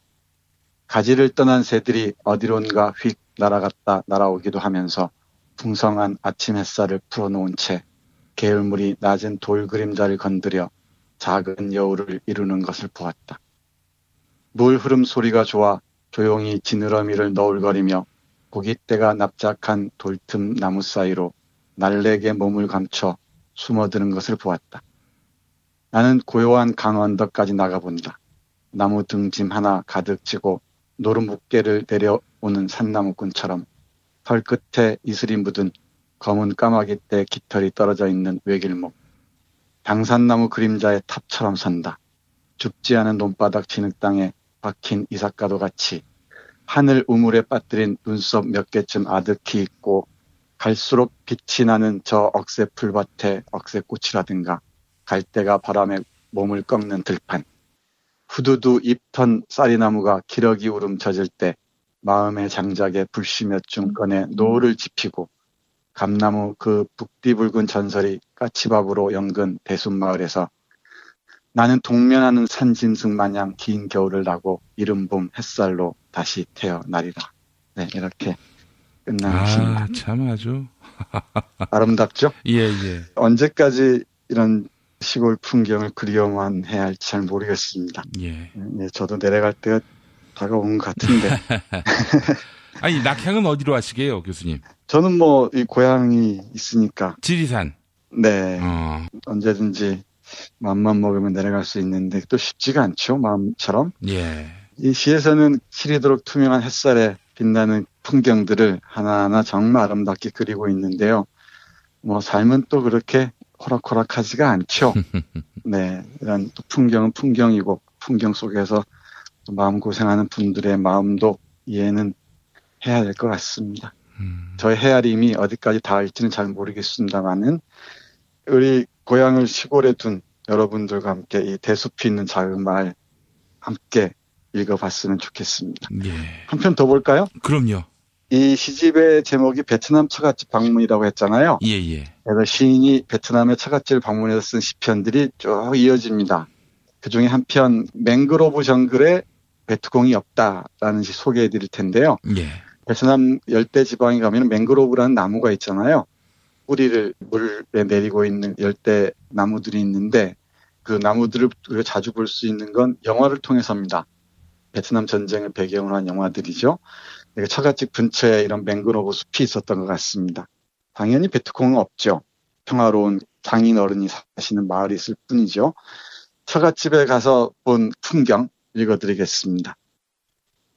1년에 산모작이 가능하다는 장인어른 논에 음력 설 명절을 한 보름쯤 앞두고 찾아간 아내의 친정집에는 논마다 아직 배동도 하지 않은 벼포기들이 가지런하다. 바람에 휩쓸리는 초록 물결들로 간혹 논과 논 사이 놓여있는 시멘트로 만든 무덤들이 보이고 바나나 잎으로 가려진 오솔길이 있다. 모자도 없이 슬리퍼를 끌고 나와 한낮 논뚝길을 한 10여 분쯤 걷다 보면 땀이 나서 그만 포기하고 들어오는 마디가 짧고 단단하고 격가지가 뭉툭한 대나무 그늘과 손에 휴지 같은 것을 쥐고 물고기를 키우는 웅덩이 쪽으로 걸어 들어오는 사람이 있으면 알아서 고개를 돌리든가 눈치껏 피해야 하는 아랫도리만 착 가리게 만들어 놓은 화장실이 근처에 있다. 우리네 같았으면 쫓아라도 냈을 동네 사람들이나 옆집 고모네 식구들이 와서 이를 봐도 내버려 두는 재래식 화장실. 지금은 건기라서 뒤집어 놓은 핑곗거리 하나 만들어서라도 어떻게든 타보고 싶은 쪽배가 있고 원숭이 다리라고 부르는 나무다리가 있고 악어가 산다며 겁을 주던 쪽배가 다니는 황토빛 물길이 있다. 사람 사는 곳마다 활기찬 아이들 노는 소리가 들려오는 곳. 조사에 보나마나 뻔한 이리저리 헤집고 다니는 거칠 것 없고 영혼이 자유로운 닭과 병아리가 있다. 논으로 들어가서 손잡이가 있는 약통을 등에 지고 농약을 하는 사람이 있고 숨어있는 베트남 군인들을 쉽게 찾기 위해 미군이 뿌렸다고 하는 무시무시한 고엽제 피해 사진에서도 보았던 그런 정글 숲이 있다. 네, 이런 시입니다. 예. 베트남 처갓집에 가서 본 풍경인데 제가 자랐을 70년대의 시골 풍경과 크게 다르지 않습니다. 예. 우리 김 PD에게는 이런 시들이 잘 와닿지 않을지도 몰라요. 아직 젊으신 분이라 모던한 분들은 잘 모르실 텐데 저처럼 컨츄리한 사람들은 아주 살갑게 와닿는 시입니다. 전 세계 어디나 그렇게 정감이 있는 시골은 그 표정, 그 정서인 모양이죠. 네, 그런 것 같아요. 재래식 화장실도 그렇고 누가 와도 말리지 않는 화장실을 써도 말리지 않는 그 사람들의 모습도 그렇고요. 또 마음껏 마당을 헤집고 다니는 영혼이 자유로운 닭과 병아리가 있는 것도 그렇고요. 예. 이래저래 입가에 미소를 머금게 하는 그런 시입니다. 사실 우리는 시를 이렇게 읽긴 하지만은 베트남에 처갓집을 두신 분들은 어려움도 적지 않을 거예요. 자주 가지 못하고 하기야 한국의 같은 땅에 살아도 처갓집 자주 찾지 않는 사람들이 적지 않죠. 저도 그렇고요. 예. 처갓집은 언제나 좀 어려운 모양이에요. 김 PD는 어쩔지 모르겠는데 저는 처갓집만 가면 잠을 잡니다. 저도 그렇습니다. 처갓집만 가면 잠이 와요. 예, 그냥 먹고 자고만. 네, 맞아요. 네. 마지막으로 머나먼 땅 한국에 와서 시집살이를 하는 이 아내가 한국에 어떻게 적응해 가는지를 그리고 있는 그 시 한 편 마지막으로 읽어드리겠습니다. 예. 묵은지라는 시인데요. 묵은지 하면 딱 떠오르는 게 역시 홍어. 그렇죠. 예. 홍어 삼합에. 제가 종종 그 땡땡한 홍어 종종 시켜서 먹습니다. 알싸한 홍어. 네. 예. 어떠세요, 교수님? 아니, 정말 좋아하셔요. 제가 며칠 전에 우리 집에서 동네 형들하고 집들이를 했는데, 예. 동네 형들이 그렇게 좋아하시네요. 그래서 제가 소개해드렸습니다. 저 혼자 시켜 먹는 집이라고 하면서 그 소스가 아주 각별하게 맛이 나요. 아, 예. 그래요. 알싸한 홍어. 예. 아, 또 이렇게 또 우리 교수님 시간에도 PPL이 됩니다. 알싸한 홍어. 예. 맛이 있죠? 네, 정말 맛있어요. 제가 경복궁역 근처에 가끔 가는 홍어집이 있는데, 예. 그 집 홍어보다 몇 배는 맛있는 것 같습니다. 아, 1599-6456. 1599-6456. 뭐 이런 말까지는 하고 싶지 않습니다만은, 예, 1599-6456. 틈만 나면 광고를 하시는군요. 저는 그럴 생각이 없었는데. 아니, 아무튼 맛있습니다. 네. 여기 홍어 얘기는 나오지 않는데, 예. 묵은지를 소화하기가 쉽지가 않죠. 특히 우리하고 다른 입맛을 가진 분들에게는. 근데 한국으로 시집 온 베트남 며느리는 묵은지에도 이제 익숙해지는 모양입니다. 읽어볼까요? 예, 예. 처음엔 어떻게 이런 걸 다 먹고 사느냐. 절레절레. 빨랫줄에 걸린 빨래 집게처럼 엄지검지로 코를 막는 신용을 하더니만 고무줄에 튕겨나간 돌멩이처럼 세월간이 차츰 김치 익은 맛을 알았네. 묵은 김치로 참치 넣고 찌개도 제법 잘 끓이네.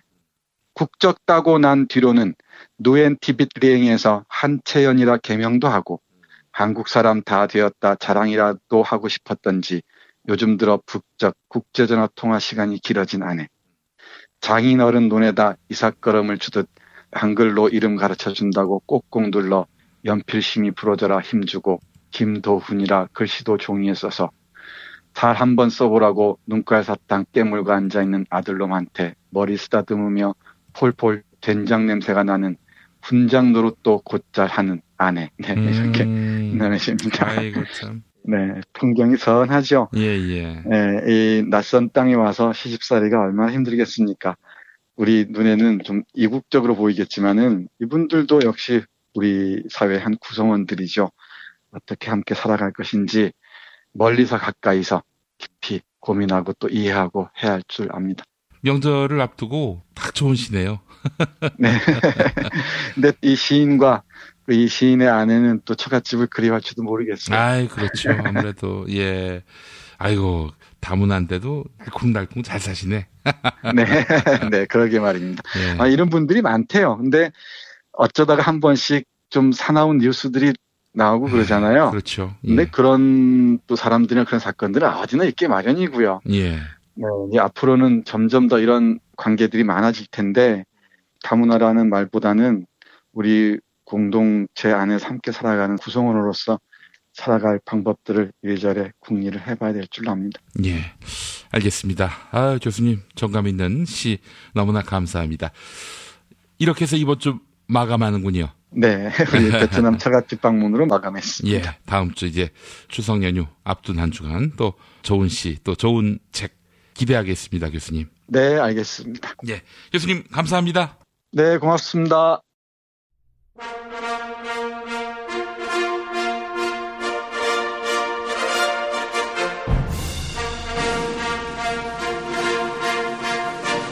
문통 방통.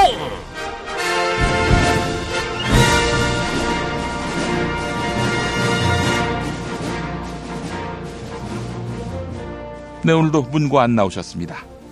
사랑하고 존경하는 국민 여러분, 대통령 문재인입니다.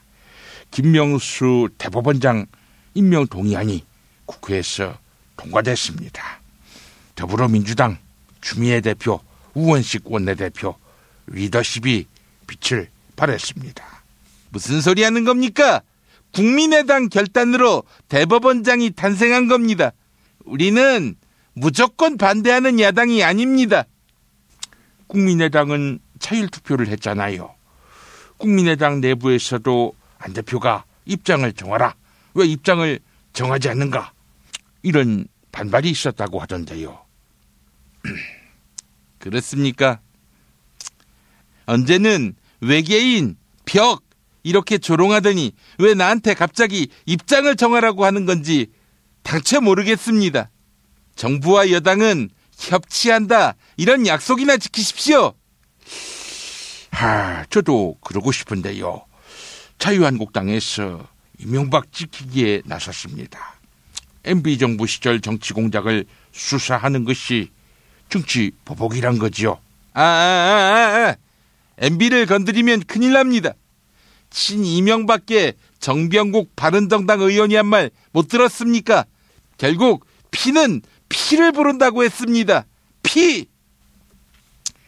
그 피는 비살. MB를 취재하고 있는 시사인 주진우 기자. 교통사고를 가장한 생명의 위협을 많이 받는다고 하는데 걱정이 많이 됩니다. 정말 무시무시한 얘기입니다. 자, 오늘도 끝말잇기가 시작됐습니다. 피에서 피살. 자, 안 대표님 차례입니다. 피살, 살림살이. 교통사고가 걱정된다면 살림살이에 보탬이 될 만한 정보를 드리겠습니다. 월 7,000원 운전자 보험 카페 이용해 보십시오. 가입자의 운전 성향에 따라 맞춤 설계가 가능하다고 합니다.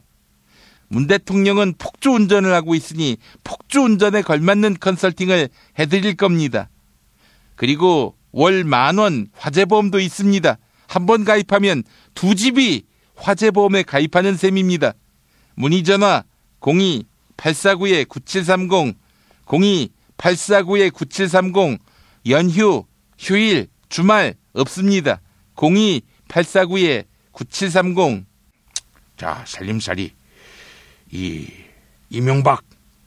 이명박이라는 검색어가 자꾸 검색어 순위에서 사라지고 있어요. 물론 포털 사이트를 의심하는 건 아닌데요. 정말 이명박과 관련되면 뭐든 사라지는가 봅니다. 이명박, 박원순, MB를 고소고발한 박원순도 조심해야 합니다. 이명박 정부 때 댓글 공작을 벌였던 군무원은 교통사고로 숨졌습니다. 댓글 공작의 과거를 양심 선언하겠다. 이렇게 선언하고 보름 만에 교통사고를 당한 겁니다. 역시 피는 피를 부릅니다. 박원순, 순리, 김명수 대법원장 인준은 민주적 투표에 의한 결정이었어요. 순리대로 존중하겠습니다.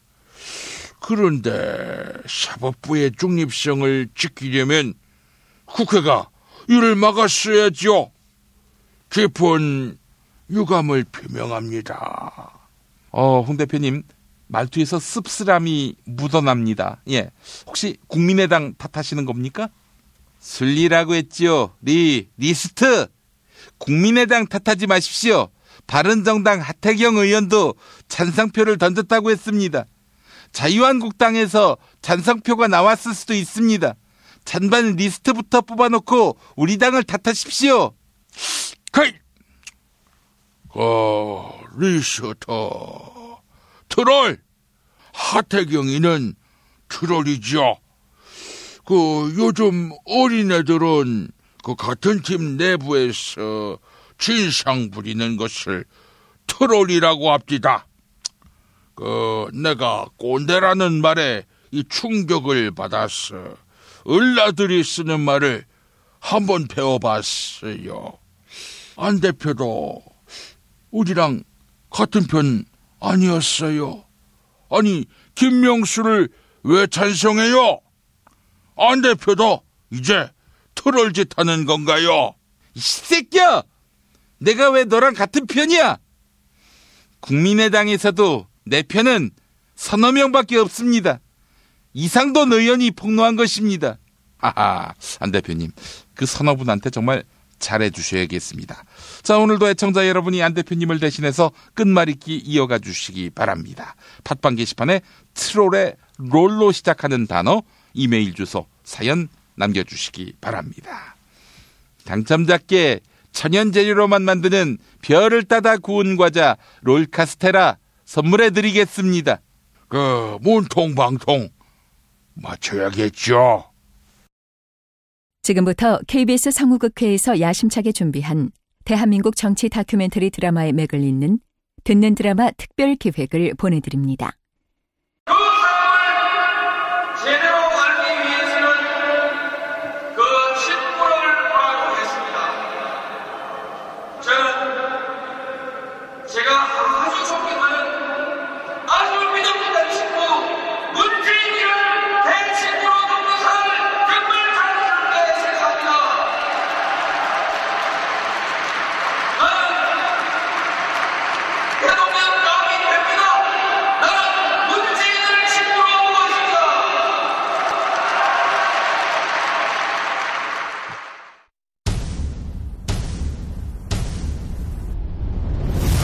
듣는 드라마 특별기획 그들의 나라 제2화 그 사람 노무현 극본 이영미 연출 김성태 15번째입니다.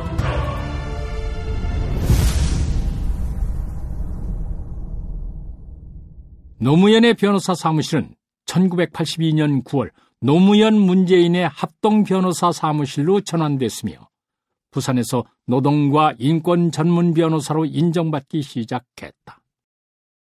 자, 그러면 본 변호인은 신발 공장의 부당 해고와 성희롱, 그로 인한 산업재해를 밝혀줄 증인을 신청하겠습니다. 정혜숙 씨, 나와주세요. 예. 한 여성이 법정에 증인으로 섰다. 떨지 말고 아시는 대로 말씀해 주시면 됩니다. 예. 자, 정혜숙 증인. 예. 실질적으로 공장 현장에서 근무하는 노동자들을 관리하는 분이 강희복 작업반장 맞습니까? 맞습니다. 강희복 씨가 이 회사 사장님하고 관계가 어떻게 됩니까? 사장님 누나 아들이라고 들었습니다. 그러니까 조카이지요? 예. 사장님하고 작업반장하고는 인척관계가 맞지요? 예, 맞습니다. 그러면 강희복이 신발 공장에서 근무하는 여성 노동자들한테 성적으로 수치심이 들 만한 말을 했습니까? 예. 가령 여성의 특정 신체 부분을 갖고 성적인 희롱을 했습니까? 저보고는 종지 엎어놨다고 했고, 예. 경숙이한테는 사발 엎어놨다고 했습니다. 내가 이제, 야, 정예숙이, 없는 말 지어내가 하지 마라. 좀 예뻐나 들어오모, 예. 회식이나 뭐 밥 먹을 때 꼭 지 옆에 앉고, 예. 손으로 허벅지를 막 주무르고. 야! 그렇게 작업반장한테 피해를 당한 여성들은 어떻게 대응을 했습니까? 대응은 뭔 대응을 합니까? 회사 잘리고 싶어가 꼼짝도 못하고 다녔지. 정예숙이! 미행했다 말해갖고 당신 확 잘라빈다. 재판장님, 피의자가 좀 조용히 할 수 있도록. 변호사님, 작업반장님이 지한테 지금 뭐라 했습니까? 뭐 잘라빈다 하는 것 같은데, 예? 저 소리가 잘 안 들립니까? 아이고, 제가요, 가는 기가 좀 먹어가 하나도 안 들립니다. 그러니 말이 안 들렸으니 그나마 증언했지. 작업반장 협박하는 소리 들었으면 저희가 증언 하나도 못했습니다. 방청석 조용히 좀 하세요. 증인, 난청이 있습니까? 재판장님, 잘 안 들립니다. 지금 뭐라 하시는지. 아이고, 귀도 안 들리는 사람을 증인으로 세워가. 여기 마이크 좀 켜주소. 마이크 소리 들립니까? 아이고, 예, 인자 들립니다. 난청 있습니까? 아이고, 예. 앞으로 말소리가 잘 안 들리고 그러모 증인 쓰지 마세요. 여러 사람 힘들게 하는 깁니다. 재판장님, 그 말씀은 증인에 대한 인격 모독입니다. 취소해 주십시오. 취소합니다. 증인, 언제부터 안 들렸습니까? 예, 한 8년 됐습니다. 공장 소음 때문에 그래 됐습니다. 그러면 그건 역시 산업재해에 해당하는데 다른 동료가 산업재해다, 그거 증언하러 나온 겁니까? 지가 산업재해입니까? 그럼 회사를 상대로 피해 보상을 청구하면 받을 수 있습니까? 이게 1984년도 대한민국 노동의 현실입니다. 근로 현장에서는 노동의 가장 기본 원칙도 안 지켜지는데 도대체 국가는 뭐를 한 겁니까?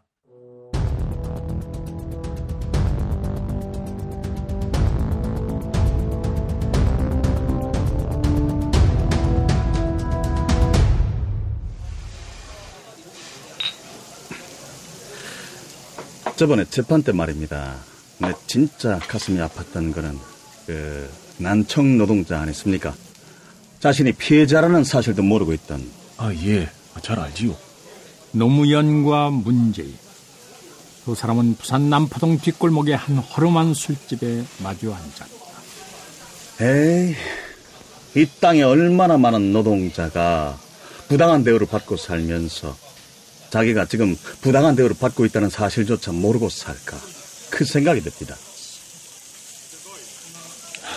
예. 문 변호사님은 대학 때 유신 반대 데모 했다겠죠? 예. 나 고등학교밖에 못 나와가 그런가 대학 나온 사람들 부러웠습니다. 사법고시 됐을 때는 대학 못 나온 노무현이 대학 나온 놈들한테 안 꿀리고 살겠구나, 그게 참 좋더라고요. 근데 불임사건 하면서 내가 그래 가고 싶어도 돈 없어가 못 간 대학, 그 좋은 대학을 들어가가지고 왜 저래 인생을 망칠까? 도대체 내가 모르는 게 뭔가? 한 잔 더 하실랍니까? 예.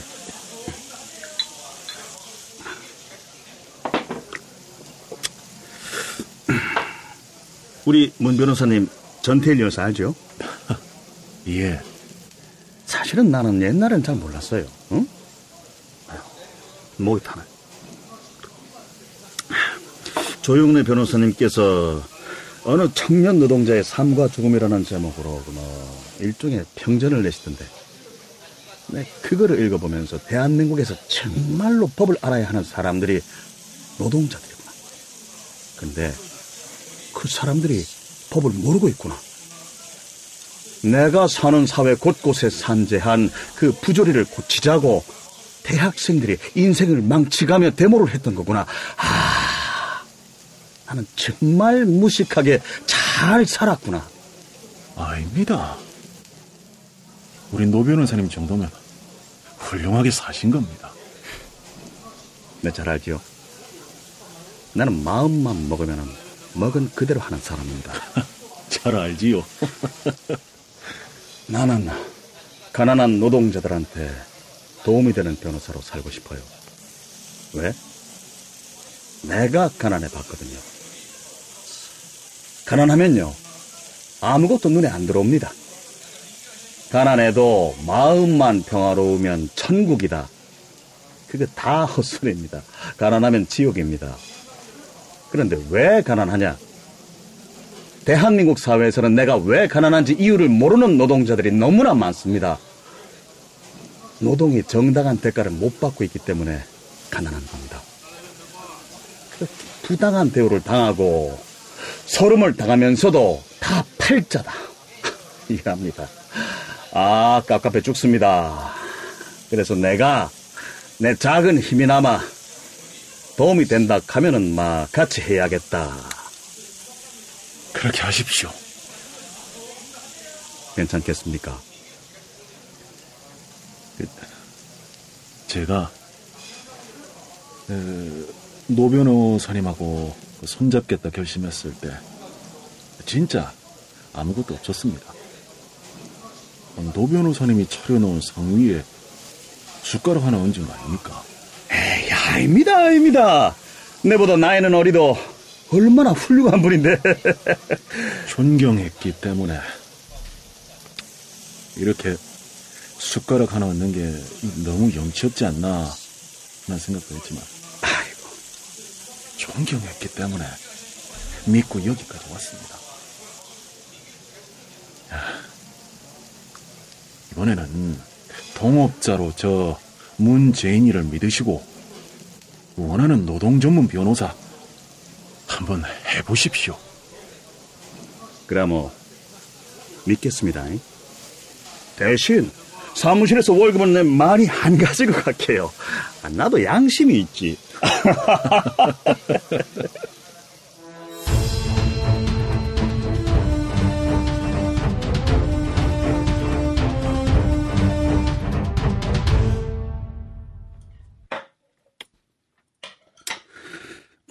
아침 식사하면서 와 내 얼굴은 자꾸 봅니까? 물 줄까 예? 아유. 저기 아유. 말을 시작했으면 끝을 맺어야지. 그래 묵다가는 밥 다 얹히겠습니다. 뭡니까? 어제 월급 들어왔을 낀데. 들어왔습니다. 왜 아무 말 없는가 해가. 뭐 할 말이 있겠습니까? 내가 이제 좀 다른 변호사가 돼보려고 하는데. 어떤 변호사에? 그 물 좀 주소. 자예. 응. 법원과 검찰 직원, 교도관, 경찰관, 법무사. 말하자면 사건 물어다주는 사람들한테 리베이트 주고 사건 소개받는 거. 그거 안 하는 변호사에. 그렇지. 기업 법무팀한테 리베이트 안 주는 변호사에. 그렇지.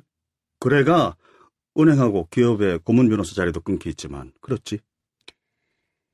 내를 의식화를 더 시키지 그랬습니까? 아이고, 그래도 우리가 밥은 먹고 살잖아. 어? 이 부산 전체에 밥 못 먹고 사는 사람들도 천지 빽깔이다. 밥 못 먹고 사는 변호사 있습니까? 아니, 밥만 먹고 살라고 그래 쇠가 빠지게 사법시험 공부했습니까? 에헤이. 당신 월급 명세서 보면서 그 생각했습니다. 명색이 아버지가 변호사인데 인자 우리 아들 소고기국 한번 마음 편하게 못 끓이 먹겠구나. 한 몇 년 돈 걱정 안 하고 살아서 좋았는데 다시 돈 걱정하면서 살아야겠구나. 소고기 안무도 아들은 잘 큰다. 그러고 넉넉하게 못 해줘서 그렇지 내가 밥은 안 굶긴다. 그래도 변호사인데. 그래도 변호사인 당신 이제 막 출근할소. 떵떵거리고 못 사는 거는 다 내 팔자다 하고 응? 아들 키워가면 살 테니까. 가만. 와예. 뭐 이다 묻습니까? 버스 노선표. 어? 버스에? 아파트 마당에 당신 승용차 있잖아요. 한 달에 그거 벌어가 자가용 타고 다닐 수 있겠나? 이게 어디 갔노 이게? 아유, 그거 벌어도 자가용 탈 수 있게 내가 다른 거 아낄 테니 마 타고 가이소. 요소 부민동 사무실까지 갈락하면 버스 갈아타야 됩니다. 명색이 민중의 고통을 함께하는 변호사가 되겠다고 하면서 자가용 타고 비싼 밥 먹고 나는 그거 뭘 하겠다. 민중의 고통을 함께하는 거는 내가 좀 더 할 테니까 차 갖고 가이소. 됐습니다. 정류장까지 뛰가면 안 넣는다. 버스 노선표 당신 거라도 좀 주소. 이때 노무현은 요트도 그만두었으며 고급 일식집 대신 시장국밥을 먹었다고 한다. 삶의 방식을 스스로 변화시켜 나간 것이다. 내 인생에서 가장 뜨거웠던 열정의 시기를 맞았습니다. 나는 막 학생운동에 뛰어든 청년처럼 민주화 투쟁에 몰두했습니다.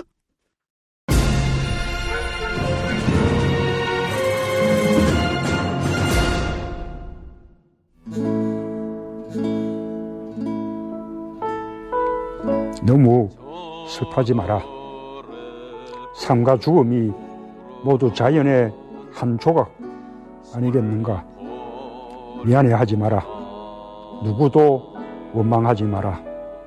운명이다. 화장해라. 그리고 집 가까운 곳에 아주 작은 비석 하나만 남겨라. 오래된 생각이다. 비바람 맞고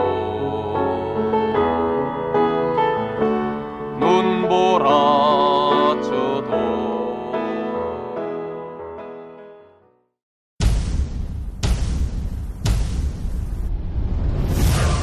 듣는 드라마 특별기획 그들의 나라 제2화 그 사람 노무현 이영미 극본 김승태 연출 15번째였습니다.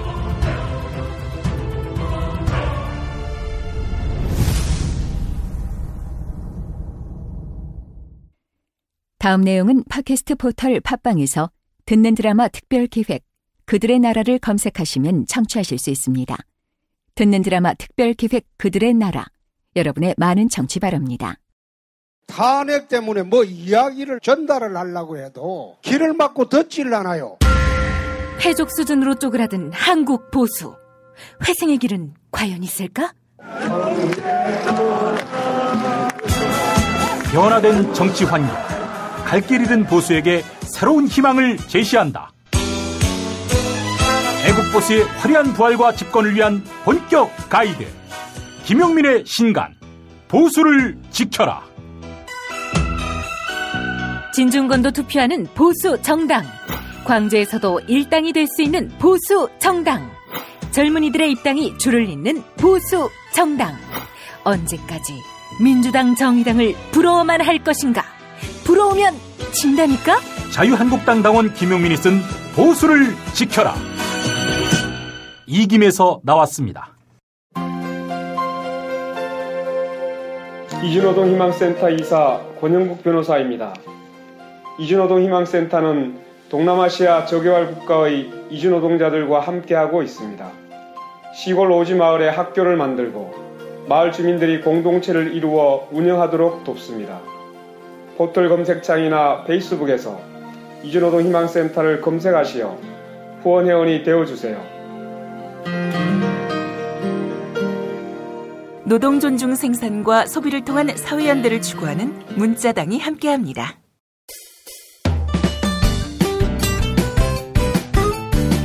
뉴스포렌 매기로 이어갑니다. 팔로워 86만이 넘는 김용민 트위터 계정에서 매일 설문조사를 진행하고 있죠.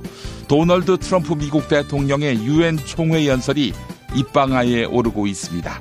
트럼프 대통령은 북한을 범죄자 집단 또는 타락한 정권이라고 칭하면서 원색적인 비난을 쏟아냈는데요.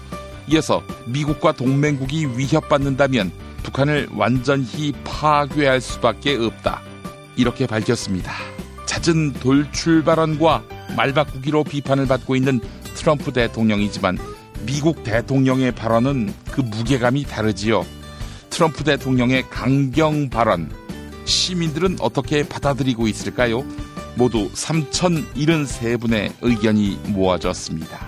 84% 대다수의 시민들은 북한을 완전히 파괴한다는 트럼프 대통령 말에 절대 동의 못한다. 이렇게 응답했습니다. 8%의 시민들은 대체로 동의 못한다. 이런 의견을 남겨주셨는데요. 대체로 동의한다는 시민들은 3%, 절대 동의한다. 이런 의견은 5%로 나타났습니다. 설문조사에 참여해주신 여러분 감사합니다. 팟캐스트 포털 팟빵의 김용민 브리핑 게시판에 올라온 사연 일부 소개하겠습니다. 살구와 다래님, 김명수 대법원장 임명 동의안이 통과됐습니다. 역시나 국민의당은 국민이 힘으로 제압해야 합니다. 라고 하셨습니다.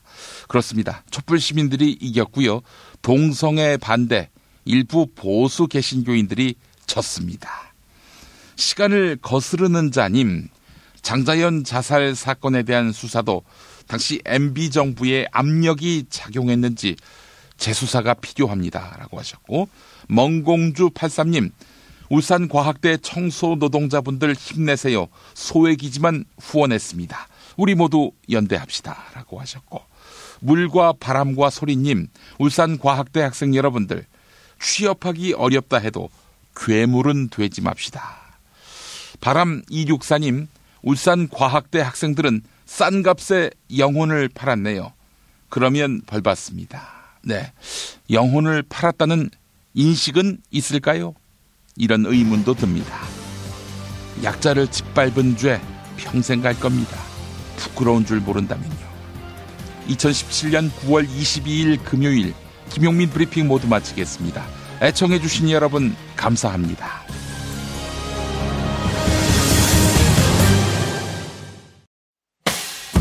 김용민 브리핑과 함께한 시간 어떠셨어요? 다음 시간에도 보다 바르고 알차며 즐거운 정보로 여러분을 찾아가겠습니다. 팟캐스트 포털 팟빵에서 다운로드하기, 구독하기, 별점 주기, 댓글 달기로 응원해주세요. 잊지 마세요. 다운로드하기, 구독하기, 별점 주기, 댓글 달기.